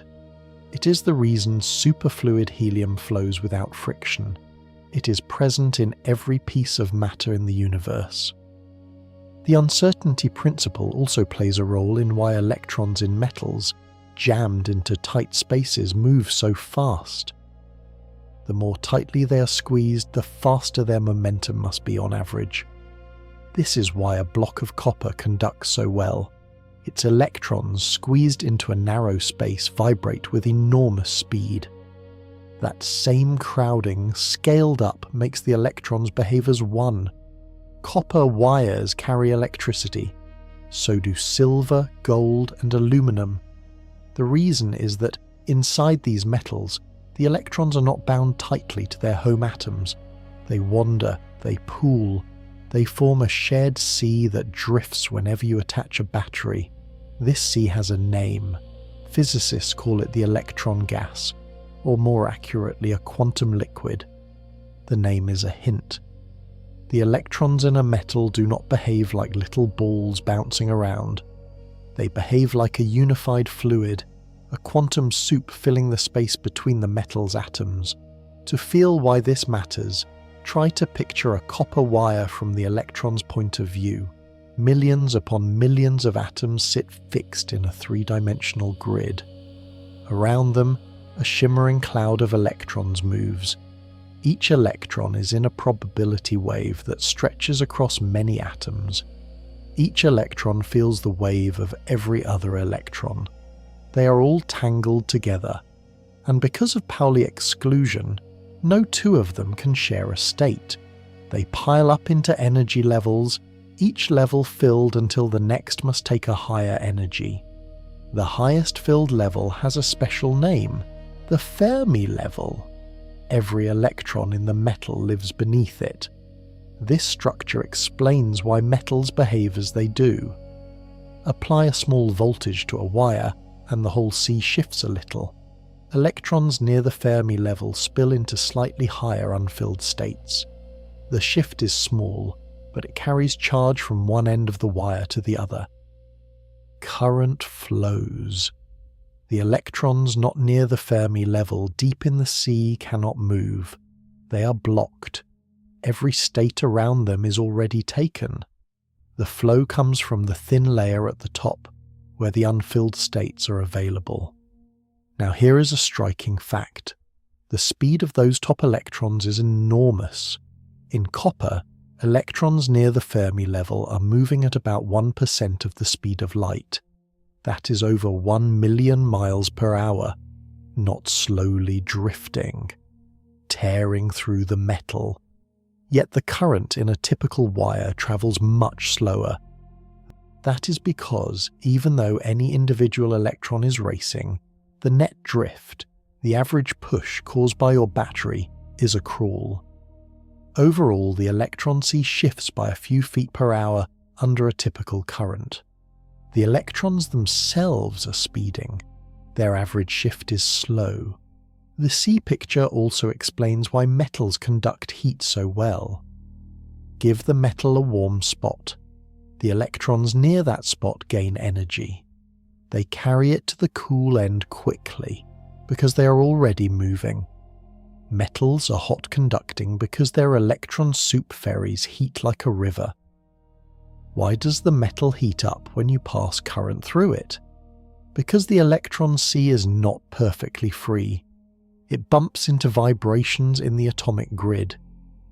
Each bump takes a tiny sip of the flow's energy and hands it to the atoms, which shake more vigorously. That shaking is heat. The metal warms. This is called resistance, and it is the cost of pushing a current through a normal metal. In all of this, the electrons behave not as a crowd of individuals, but as one vast liquid, constrained by Pauli, shaped by the atomic grid, coursing wherever the electric field pushes it. This is how copper, gold, and silver became the carriers of modern civilization. Every signal in every phone, every volt in every wall socket, every spark in every engine, electron seas. Chill some metals down enough, and the sea does something no ordinary liquid does. It flows without any resistance at all. In 1911, a Dutch physicist named Heike Kamerlingh Onnes was the first person in the world who knew how to make helium into a liquid. Liquid helium exists near 4 degrees above absolute zero, close to the coldest possible temperature anywhere. Onnes used his liquid helium to chill small samples of metal. He wanted to see how their electrical resistance changed near absolute zero. He tried mercury. As he cooled the mercury, its resistance slowly fell as expected. Cold metals conduct better. Colder atoms shake less, and the electron sea meets fewer bumps. Then, at about 4 degrees above absolute zero, something bizarre happened. The resistance did not just fall, it vanished completely, as if the mercury had become a perfect conductor with no resistance at all. Onnes had discovered superconductivity, and nobody understood what it was for the next 46 years. In a normal metal, electrons bump off vibrations in the atomic grid. Every bump drains a little energy. In a superconductor, the electrons flow without bumping. Current, once started, will run in a loop inside a superconducting wire for years, with no battery, no push, no loss. Experiments have kept such currents alive for decades without any decay. The puzzle was how. Electrons repel each other. They are all negatively charged. Anyone who tried to get 2 of them to stick together would say it was like trying to glue 2 magnets together by their matching poles. Electrons should scatter, not cooperate. The answer came in 1957 from 3 American physicists, John Bardeen, Leon Cooper, Robert Schrieffer. Their theory, now called BCS after their initials, explains superconductivity with a subtle trick. In certain metals at low temperatures, an electron moving through the atomic grid pulls the positive atoms toward it slightly. The atoms, being heavier, cannot follow the electron back as it moves on. For a brief moment, the region behind the electron is slightly more positive than it should be. Another electron passing by is attracted to that extra positive patch. In effect, the first electron has used the atomic grid as a matchmaker, leaving behind a patch of positive charge that lures a partner. The two electrons form a loose bond across a surprisingly long distance. Thousands of atoms sometimes can separate the partners. These bonded pairs are called Cooper pairs. A Cooper pair is not two electrons touching. It is a shared quantum state, linking them across the grid. Cooper pairs obey a different quantum rule than single electrons. Two fermions bound into a pair act as a single composite boson. Bosons are allowed to share the same state. They pile into the lowest energy level without limit. Pauli does not block them. So in a superconductor, all the Cooper pairs drop into the same quantum state, moving together in perfect lockstep. To scatter one pair is to scatter them all. The grid would have to break the collective state at once, which requires too much energy. Below the critical temperature, the grid cannot do it. The pairs flow unimpeded. Superconductors can carry currents thousands of times stronger than normal wires. They're used in the most powerful magnets in the world, inside MRI scanners, inside particle accelerators like the Large Hadron Collider. They float above magnets because they expel magnetic fields from their interior, a phenomenon called the Meissner effect. Recently, new materials have been found that remain superconducting at higher and higher temperatures. The dream of room temperature superconductors, which would transform the power grid, is still a hope. Under it all, the electron's quantum stubbornness reshapes matter. And one has to wonder, has anyone ever actually seen an electron? In 1997, researchers at the University of Washington published the results of a patient experiment. They had trapped a single electron in a small device called a penning trap, using a carefully tuned combination of magnetic and electric fields. The electron sat there for weeks. They gave it a name, Priscilla. Every day the physicists measured Priscilla's wobble frequencies, tracking her tiny movements to gather data on her magnetic moment. To them, she was almost a pet, a single, unchanging little thing, confined to a region smaller than the head of a pin, endlessly cycling. Yet nobody ever saw Priscilla, not with their eyes, not with any microscope. An electron is far too small to reflect visible light. You can only ever see an electron through indirect signs. A track in a bubble chamber, a click in a detector, a shift in a measurement. This raises a philosophical puzzle. Have we ever really seen an electron? The common answer is yes, in a technical sense. Every time a photon scatters off an electron, the two exchange momentum. By catching many such scattered photons, we reconstruct where the electron was. Electron microscopes do exactly this, sort of in reverse, firing electrons at a target and using the reflected particles to map surfaces. A single electron is essentially invisible to our senses, yet its footprints are everywhere. Here is where the weirdness deepens. Every time you try to pin down where the electron is, the wave function collapses. Before the measurement, the electron is a spread out cloud. After, it is a dot. The moment of observing creates the dot. It is not like photographing a bird on a branch, where the bird was always there. It is more like reaching into a fog and deciding by the act of reaching where the bird was hiding. So have we seen the electron? Or have we only ever seen the click of a detector in a box, followed by a story we tell ourselves about why the click happened? This question is not idle. It has haunted philosophy of physics since the early 20th century. Niels Bohr argued that asking about the electron between measurements is meaningless. Only the measurement is real. The in-between, the spreading cloud of probability, is simply a calculation tool. Einstein disagreed. He wanted the electron to have a real life between measurements. He wanted reality to exist whether or not anyone was looking.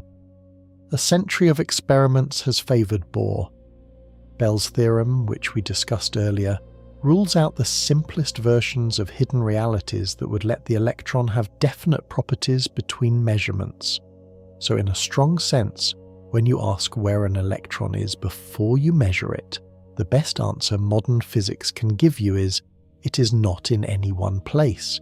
It is a cloud spread across possibilities. The cloud is not a hedge against ignorance. It is the electron.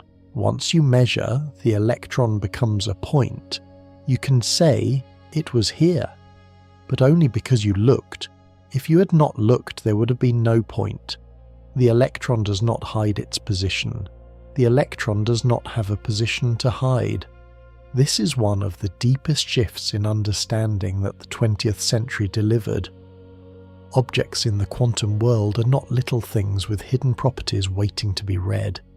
They are networks of possibilities that collapse into real values when interacted with, which makes it all the stranger that the electron, invisible as it is, can change its very identity through the weak force, become something else, vanish from the electron family altogether. Of the four fundamental forces in nature, one is stranger than the others. Gravity pulls. Electromagnetism pushes and pulls. The strong force glues quarks together into protons and neutrons. The fourth, the weak force, does something the others do not. It changes what particles are. A neutron left alone will eventually decay. After about 15 minutes on average, a free neutron spontaneously turns into a proton. In the process, it spits out an electron and a tiny, nearly massless particle called an antineutrino. This is called beta decay, and it is the weak force in action. At the level of quarks, a down quark inside the neutron transforms into an up quark, releasing a heavy particle called a W boson, which then decays into the electron and antineutrino. Flavors of particles change. Matter rearranges itself. The reverse can happen too. Inside certain atomic nuclei, a proton can turn into a neutron, emitting a positron and a neutrino. Electrons themselves can absorb into a nucleus, turn a proton into a neutron, and send a neutrino flying away. The weak force is the only known process in nature that can do this. It is why some elements are radioactive, slowly reshuffling themselves into new elements over time. It is why stars burn. In the heart of the sun, protons need to be converted into neutrons for hydrogen to fuse into helium. The weak force carries out this step, turning protons into neutrons at the crucial moment. What is strange about the weak force is its weakness. Over short distances it is strong. Over anything beyond the scale of an atomic nucleus, it fades rapidly to nothing. This is because the W and Z bosons that carry the weak force are very heavy, about 90 times the mass of a proton. A heavy messenger cannot travel far. Another strangeness. The weak force prefers left-handed particles. Spin, we saw, has a direction. Imagine the electron's spin axis as an arrow. If the arrow points along the direction of motion, call it right-handed. If it points opposite, left-handed. The weak force interacts strongly with left-handed particles and only weakly with right-handed ones. This preference breaks a symmetry that was once considered sacred. Mirror symmetry, technically called parity, said that physics should be the same if you flipped everything through a mirror. Every other force obeys this. Only the weak force does not. Its left-handed preference means that if you filmed a weak force process and watched the mirror image, you would see something that could not happen in reality. This was discovered in 1956 by two Chinese-American physicists Tsung-Dao Li and Chen-Ning Yang, and confirmed by a careful experiment by Chien-Shung Wu. It shocked the physics community. The universe apparently is left-handed at its core. For the electron, the weak force means it is not a permanent identity. An electron inside a radioactive atom or near a nuclear process can transform. It can become a neutrino. A neutrino can become an electron. The fields and the particles they generate flow into one another. This also means the electron is part of a family. There is an electron neutrino, its weakly interacting cousin. Every electron has a neutrino partner, and the two can swap through the weak force. They are cousins, not twins, not the same, but connected by a force that is built into the universe. The electron is not an isolated thing. It belongs to a web of related particles, all linked by weak currents that rearrange them during the lives of stars and during the slow decays of heavy atoms. And yet the mass of the electron, the very thing that distinguishes it from its neutrino partner, is a number nobody can explain. Every electron everywhere has the same mass. That mass is about 9 times 10 to the minus 31 kilograms, or, in more convenient units, 0.511 million electron volts. Nobody knows why. In the Standard Model, our best theory of all known particles and forces aside from gravity, the masses of all particles come from a single place, an invisible field that fills the universe called the Higgs field. When the Higgs field switched on early in cosmic history, it gave mass to every particle it touched. Electrons drag through the Higgs field like swimmers through molasses. That drag is what we measure as electron mass. The stronger the coupling between a particle and the Higgs field, the more the particle feels the molasses, the more mass it has. Photons, which sail through the Higgs field without interacting, remain massless. They move at the speed of light. Electrons interact weakly, so they have a small but non-zero mass. Quarks interact more. The top quark, the heaviest known particle, interacts so strongly with the Higgs that its mass is nearly 200 times the protons. This explanation tells us how particles get mass. It does not tell us why any particle has the particular mass it has. The electron's coupling to the Higgs field is a number. It is about 210 millionths, very small. If that number were slightly larger, electrons would be heavier, and atoms would look completely different.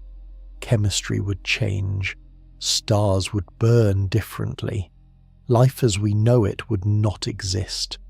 The Standard Model cannot derive this number from first principles.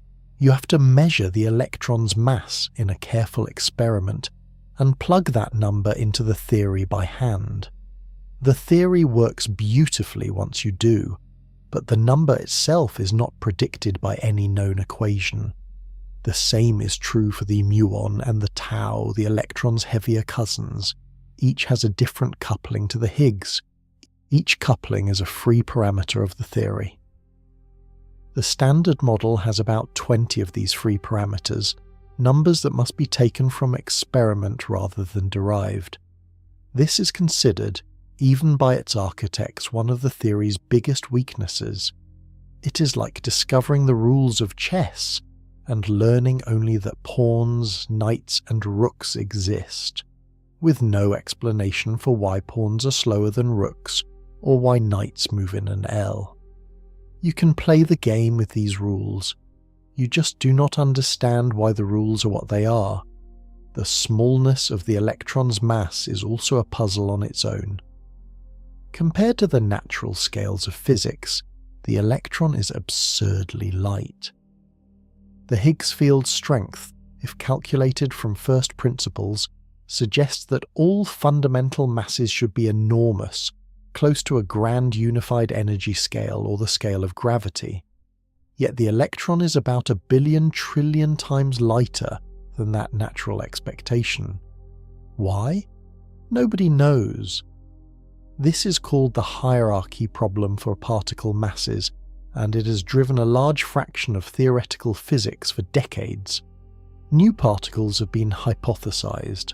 Larger symmetries have been proposed. Nothing has been experimentally confirmed. Maybe the electron's mass is a frozen accident from the early universe.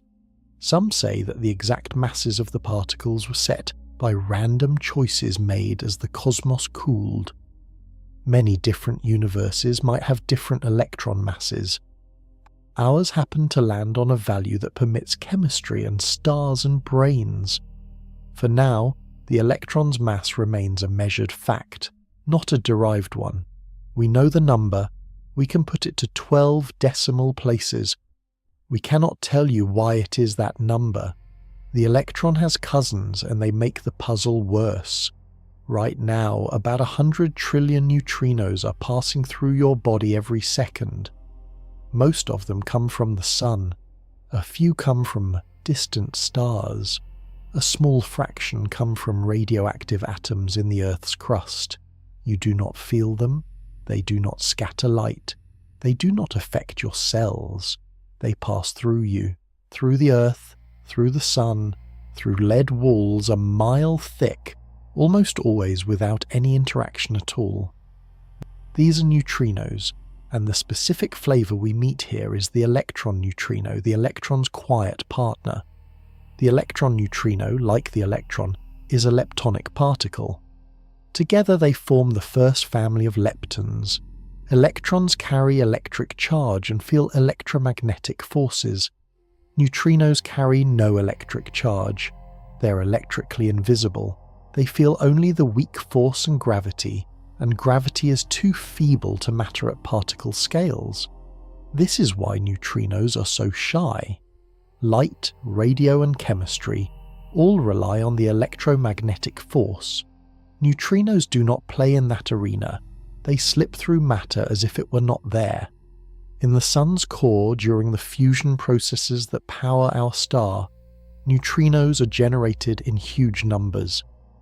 They escape the sun almost immediately, taking about 8 minutes to reach Earth. By contrast, the light from that same fusion bounces around inside the sun for tens of thousands of years before making it to the surface. Neutrinos are the sun's fastest messengers. To catch a solar neutrino, you need an enormous detector. Tanks filled with thousands of tons of water, buried deep underground to shield them from other particles, can catch a few per day. The detectors must be huge because the interaction rate is so small. Even with a swarm of 100 trillion neutrinos per square inch per second, only a handful strike anything inside the detector. When a neutrino does interact, it interacts via the weak force. One of the typical outcomes for an electron neutrino is to produce an electron. In a charged current interaction, an electron neutrino can strike a neutron, converting the neutron to a proton and emitting an electron. The neutrino becomes the electron in a sense, handing its identity over through the weak current. This is the flip side of beta decay. In beta decay, a neutron becomes a proton, and an electron plus an antineutrino are emitted. In the inverse process, an electron neutrino meets matter, and an electron comes out. Neutrinos also have a bizarre trick of their own. They can change flavor as they travel. An electron neutrino launched from the sun, after tens of millions of miles, may have shifted into a muon neutrino or a tau neutrino by the time it reaches Earth. This was discovered when physicists realized that the number of solar neutrinos reaching Earth was less than expected. The missing neutrinos had not disappeared. They had turned into other flavors that the early detectors did not count. This flavor mixing proved that neutrinos have mass. Only particles with mass can oscillate this way. The masses are tiny, so tiny they have still not been directly measured, but they are not zero.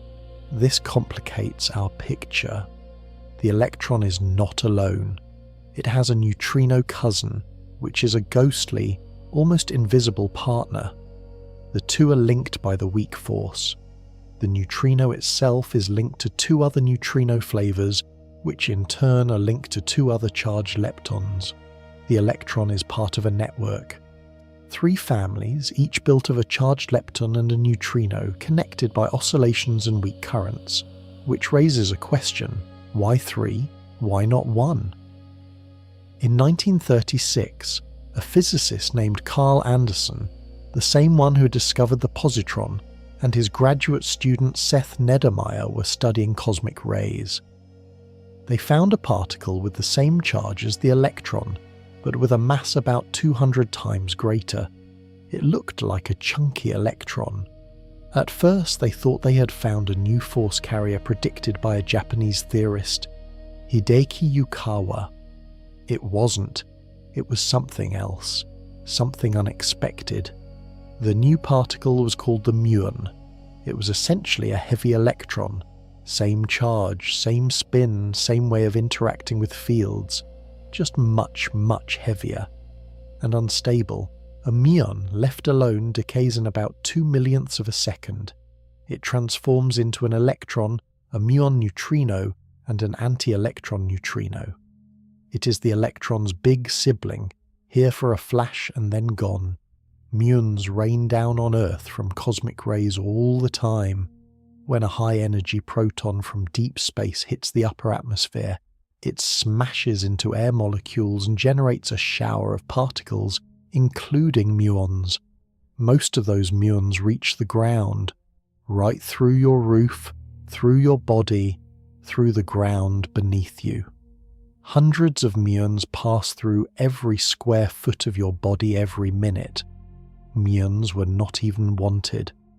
The great physicist Isidore Arabi, upon hearing of their discovery, is said to have asked, "Who ordered that?" The universe seemed to have thrown a copy of the electron into the recipe of reality for no reason.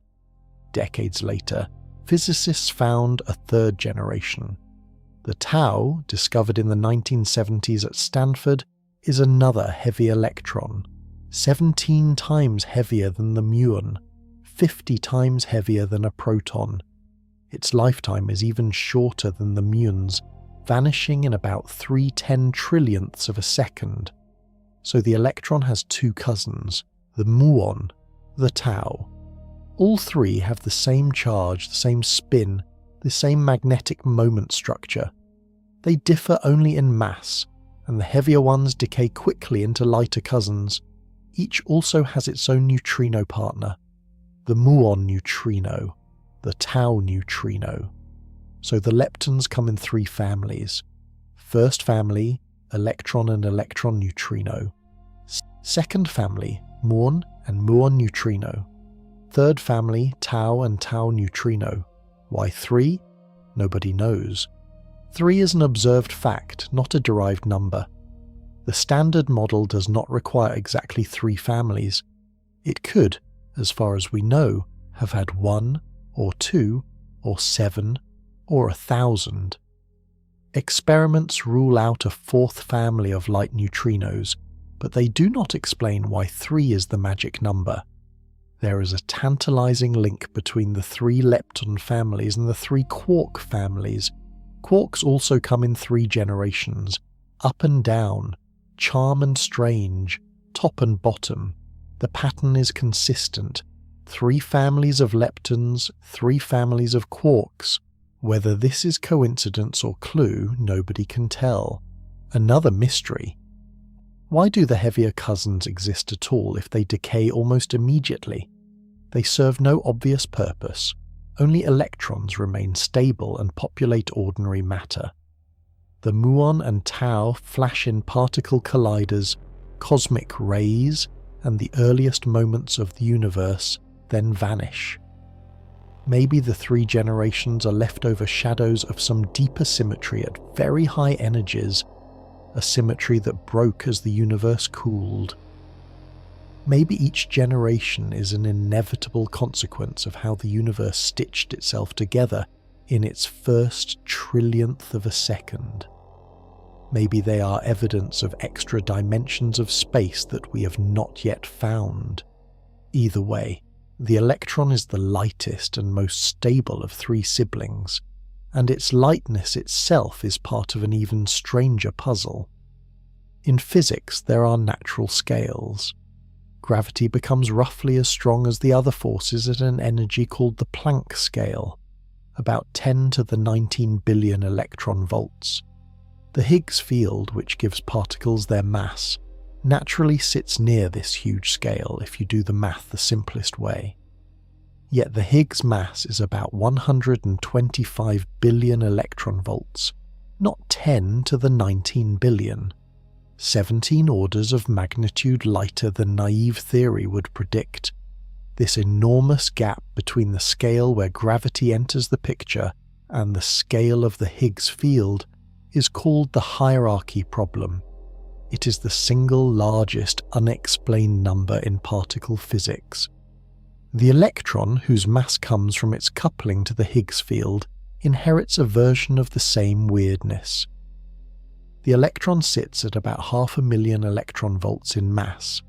Compare that to the Planck scale, 10 to the 19 billion electron volts, and the electron's mass is absurdly, unfathomably small. A factor of 10 to the 22, 10 trillion. Why is the electron so much lighter than the natural scale of physics? One way to make this concrete. Imagine the universe as a giant pool of energy set to a particular level. The Planck scale is the pool's depth. Fundamental physics, in the simplest guess, says that particles should naturally have masses set by the depth of that pool. Instead, every ordinary particle we know bobs far above the bottom, at incredibly tiny fractions of that depth. This is a bit like a cosmic thermometer reading 15,000 degrees below zero on a scale that only goes from plus or minus a billion, a small reading on a massive scale. Why? For decades, physicists have proposed answers. The most popular idea was supersymmetry. If every known particle had a partner with certain mirror properties, the enormous energies that should push the Higgs mass up to the Planck scale would cancel out. The cancellation would be natural. Electrons would be light because of a deep balance in the universe. The Large Hadron Collider was supposed to find these superpartners. So far, it has not. Many of the simplest versions of supersymmetry are now ruled out. The hierarchy problem remains open. Other ideas have been floated. Extra spatial dimensions could dilute gravity, making it appear weaker at our scales and shrinking the hierarchy. String theory and various variants suggest rich possibilities, but none have yet been tested. Some physicists have turned to a more philosophical answer, called the anthropic principle. Imagine a multiverse of many universes, each with random values for their fundamental constants. Only in universes where the electron mass happens to fall in a narrow window can atoms form, chemistry work, and life emerge. We live in one of those rare universes because we cannot live in any other. The electron is light because in universes where it is not, there is nobody around to notice. This answer makes many physicists uncomfortable. It amounts to saying the parameter is the way it is because we are here. It is not a derivation, it is an observation about selection. Still, the hierarchy problem is real. The electron's mass, compared to other natural scales, is ridiculously small. That smallness is one of the biggest clues that our theory is incomplete. Something is setting these values, something we have not yet understood, and once in a while, a measurement comes along that suggests the something may be hiding in plain sight, just beyond the edge of our current theories. Earlier, we saw that the electron's magnetic moment matches theory to 12 decimal places. Pure, clean agreement. A triumph. The muon, the electron's heavier cousin, is not so clean.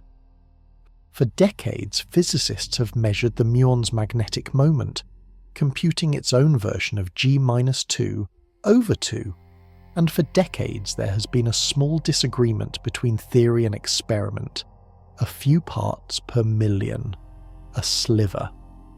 In 2021, a huge experiment at Fermilab near Chicago delivered a highly precise measurement of the muon's anomalous magnetic moment. The result disagreed with one leading theoretical calculation at the level of about 4 standard deviations. That is a big deal. 4 standard deviations means the odds of the disagreement being random noise are less than 1 in 10,000. In 2023, a follow-up announcement from the same experiment tightened the measurement further. In 2025, final results from Fermilab's muon G-2 effort pushed the precision past theoretical expectations. The muon's magnetism, it appears, is slightly stronger than the simpler standard model calculation predicts. Here is why this matters for the electron. The electron and muon are cousins. They both couple to all the same fields. If the muon's magnetic moment shows a deviation, the electrons should too, scaled by the ratio of their masses squared. Any new physics that pushes the muon's number should give the electron its own tiny push. The current electron measurement does not show a clear discrepancy, but the expected push for the electron from new physics is about 40,000 times smaller than the muon's, because the muon is so much heavier. You would need far greater precision to see it on the electron. The electron is simply too insensitive, under current techniques, to match the sensitivity the muon offers, so physicists are watching the muon closely. If the disagreement holds as both measurement and theory improve, it will be the first clear sign of particles or forces not described by the standard model. Unknown heavy particles could contribute to the muon's magnetic moment by popping in and out of virtual existence around it. If those particles are heavy enough, we could not have produced them directly in colliders, but their virtual whispers could still be felt. Various ideas have been floated: supersymmetric partners, new heavy bosons, dark matter candidates that interact weakly with muons. Each produces a different pattern of effects. By measuring not just the muon's magnetic moment, but a suite of other sensitive quantities, physicists can start to narrow down which new physics, if any, is responsible. There is a twist. Different ways of calculating the standard model prediction for the muon disagree with each other. One approach uses detailed experimental input from particle collisions. Another uses pure computer simulations of the strong force, called lattice QCD. These two methods give slightly different standard model numbers. One says the experimental result disagrees with theory. The other says theory and experiment are closer to agreement. Physicists are working hard to resolve this mismatch. Until the two methods agree, it is hard to say for sure whether the muon's magnetism has revealed new physics, or whether the standard model calculation simply needs refinement. The electron sits at the center of this drama. It is the stable, well-behaved lepton. Its cousin, the muon, may be pointing to a door in the wall of known physics. If that door opens, it would also reveal something about the electron, about why its mass is what it is, about why its partners exist, about what lies beyond the standard model. For now, the door is ajar, not open, not shut. And while we wait, there are environments where the electron is pushed into regimes so extreme they stretch the theory to its limit. Take a star, much bigger than the sun, let it burn through its fuel. At the end of its life, the core collapses under its own gravity. If the collapsed core is between about 1 and 2 solar masses, the crushed matter stabilizes into a neutron star, a sphere about 12 miles across, containing more mass than the entire Sun, the densest stable matter known to exist anywhere in the universe. Inside a neutron star, electrons have a strange fate. Outside the neutron star's core, where the matter is slightly less extreme, electrons still exist. Crushed to the edge of their quantum limits, they form a degenerate sea, held together by Pauli exclusion. The sea generates a pressure so fierce that, for most of the neutron star's outer crust, it is what holds up the body against gravity. Push deeper, and the gravity grows more brutal. The sea of electrons becomes unable to hold. Electrons start merging with protons, turning the protons into neutrons, and releasing neutrinos that flood outward and cool the core. Deep enough inside the star, the electrons have almost vanished. The matter is mostly neutrons, jammed together at densities that defy imagination. A single cubic inch of neutron star material would weigh about 1 billion tons on Earth. Yet a handful of electrons still survive throughout the interior. They exist at extreme Fermi momenta, with energies far above their rest mass. Their Fermi velocity approaches the speed of light. They form a relativistic quantum liquid unlike anything on Earth. In this environment, the electron is no longer a simple lepton in a friendly atomic cage. It is a high-energy participant in a crushing plasma, squeezed against uncountable neighbours, partially subject to the strong force through exchange with the neutrons. Physicists model it with equations that combine general relativity, quantum field theory, and nuclear physics. Every model disagrees slightly on the details. In the outer crust, the electron flows between heavy nuclei, building up to the Fermi level, sustaining the star against its own gravity. These layers are like a giant metal, with the nuclei sitting in a rigid lattice and the electron sea drifting between them. The crust of a neutron star is the most rigid material ever to exist, many billions of times stronger than steel. Its strength is held up by the refusal of electrons to occupy the same quantum state, repeated at unimaginable densities. Now consider a magnetar, a special kind of neutron star with a magnetic field trillions of times stronger than anything ever built on Earth. The strongest magnets in laboratories produce fields of a few tens of Tesla. A magnetar can hit 100 billion Tesla. In such fields, an electron's quantum orbits, called Landau levels, are squeezed into tiny regions. The electron's magnetic moment, that finely measured property, gets squeezed and shifted in ways that alter the behaviour of matter. Even the vacuum around a magnetar is affected.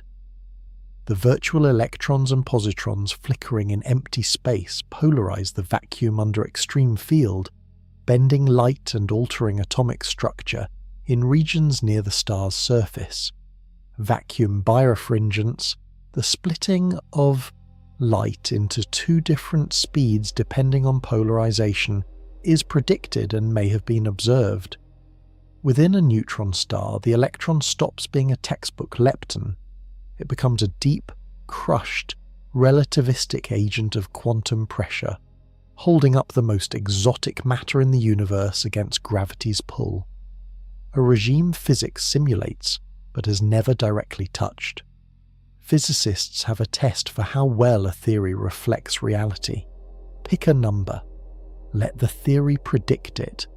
Let an experiment measure it. Compare.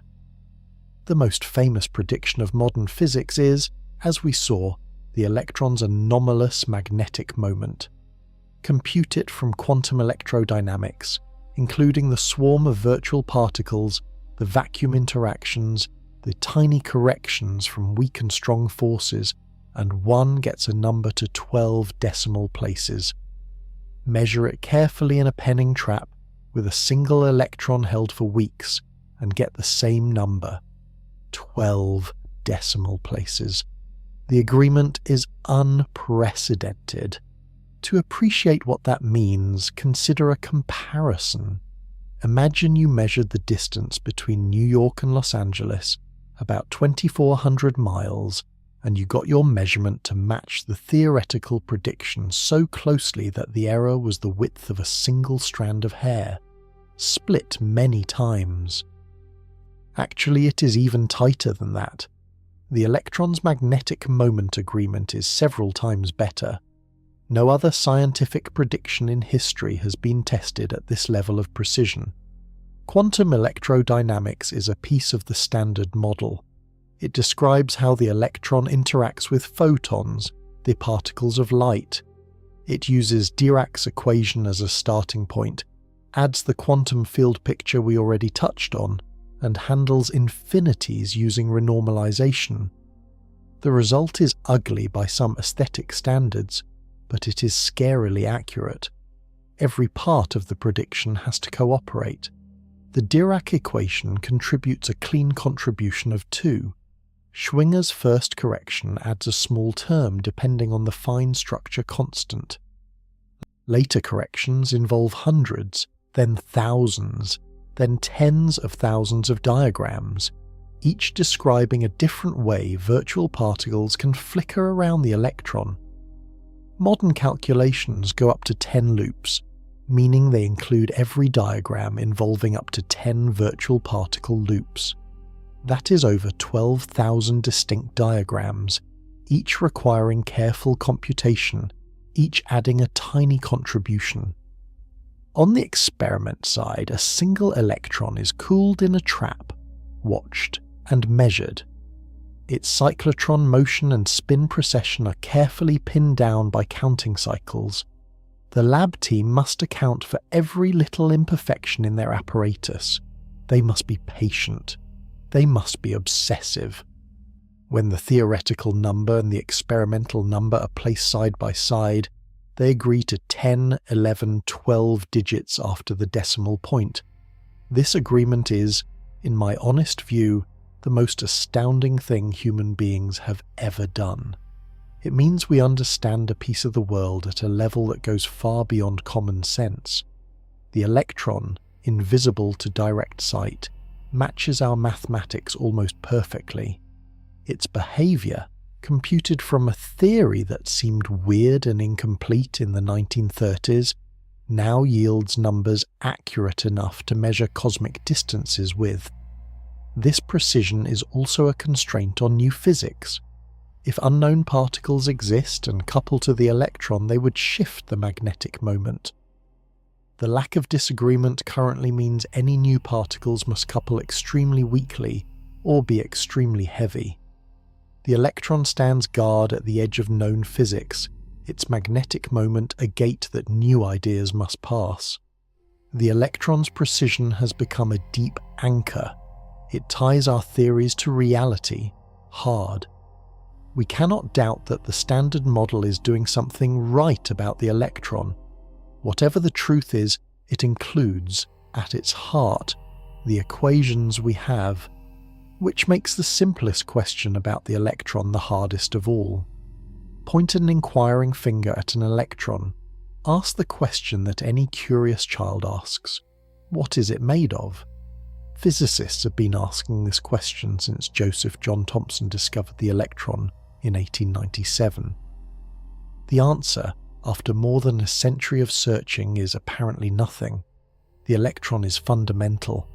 As far as every experiment can tell, it is not built out of smaller parts. It has no internal structure. It is an indivisible excitation of the electron field. The electron is the smallest piece of the electron, all the way down. This is a striking fact, not a trivial one. Most of matter is built of layers. Macroscopic objects are built of atoms. Atoms are built of electrons and nuclei. Nuclei are built of protons and neutrons. Protons and neutrons are built of quarks. At every stage you find substructure when you poke hard enough. The electron breaks this pattern. Poke it as hard as the Large Hadron Collider can. Poke it in precision experiments that measure its magnetic moment and its electric dipole properties. Poke it with tabletop experiments that look for tiny deviations from predicted behavior. Nothing shows up. No cracks, no wobbles, no signs that if you probed at some finer scale, you would find gears inside. Physicists set upper limits on the electron's possible size. The current limit suggests the electron is smaller than about 10 to the minus 19 meters. That is less than 1/10,000th the size of a proton, possibly much smaller. If the electron has any internal structure, it is hidden at scales we cannot yet reach. Modern theory, through quantum field theory, does not require the electron to have a size at all. The electron is a point-like excitation of a field. In the math, it occupies zero volume. There's no inconsistency in having no size. There is also no experimental evidence of any size. This is so strange. An object with no size, yet real mass and charge and spin, seems paradoxical. Yet the math works. The experiments agree with the math. The electron stays stubbornly without structure. Some theories, especially string theory, propose that at extremely small scales, the electron is actually a tiny loop of vibrating string.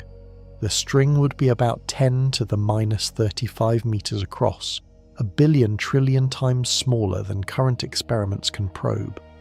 All the electron's properties, its mass, its charge, its spin, would come from the way the loop vibrates.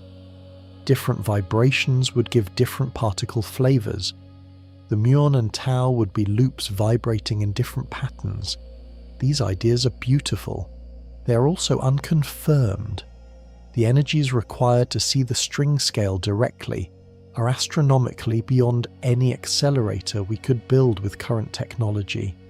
We might indirectly confirm string theory someday, but so far, no clean evidence exists. For today, the electron is, as far as experiment knows, a point, a zero-dimensional object that carries mass, charge, and spin. A profound puzzle that mathematics handles without complaint, but common sense refuses. Every atom in the universe is, at its innermost layer, anchored by objects of no size. Electrons sit inside the atoms of your body, holding them together, waving their invisible probability clouds around nuclei, enforcing the Pauli rule sustaining chemistry.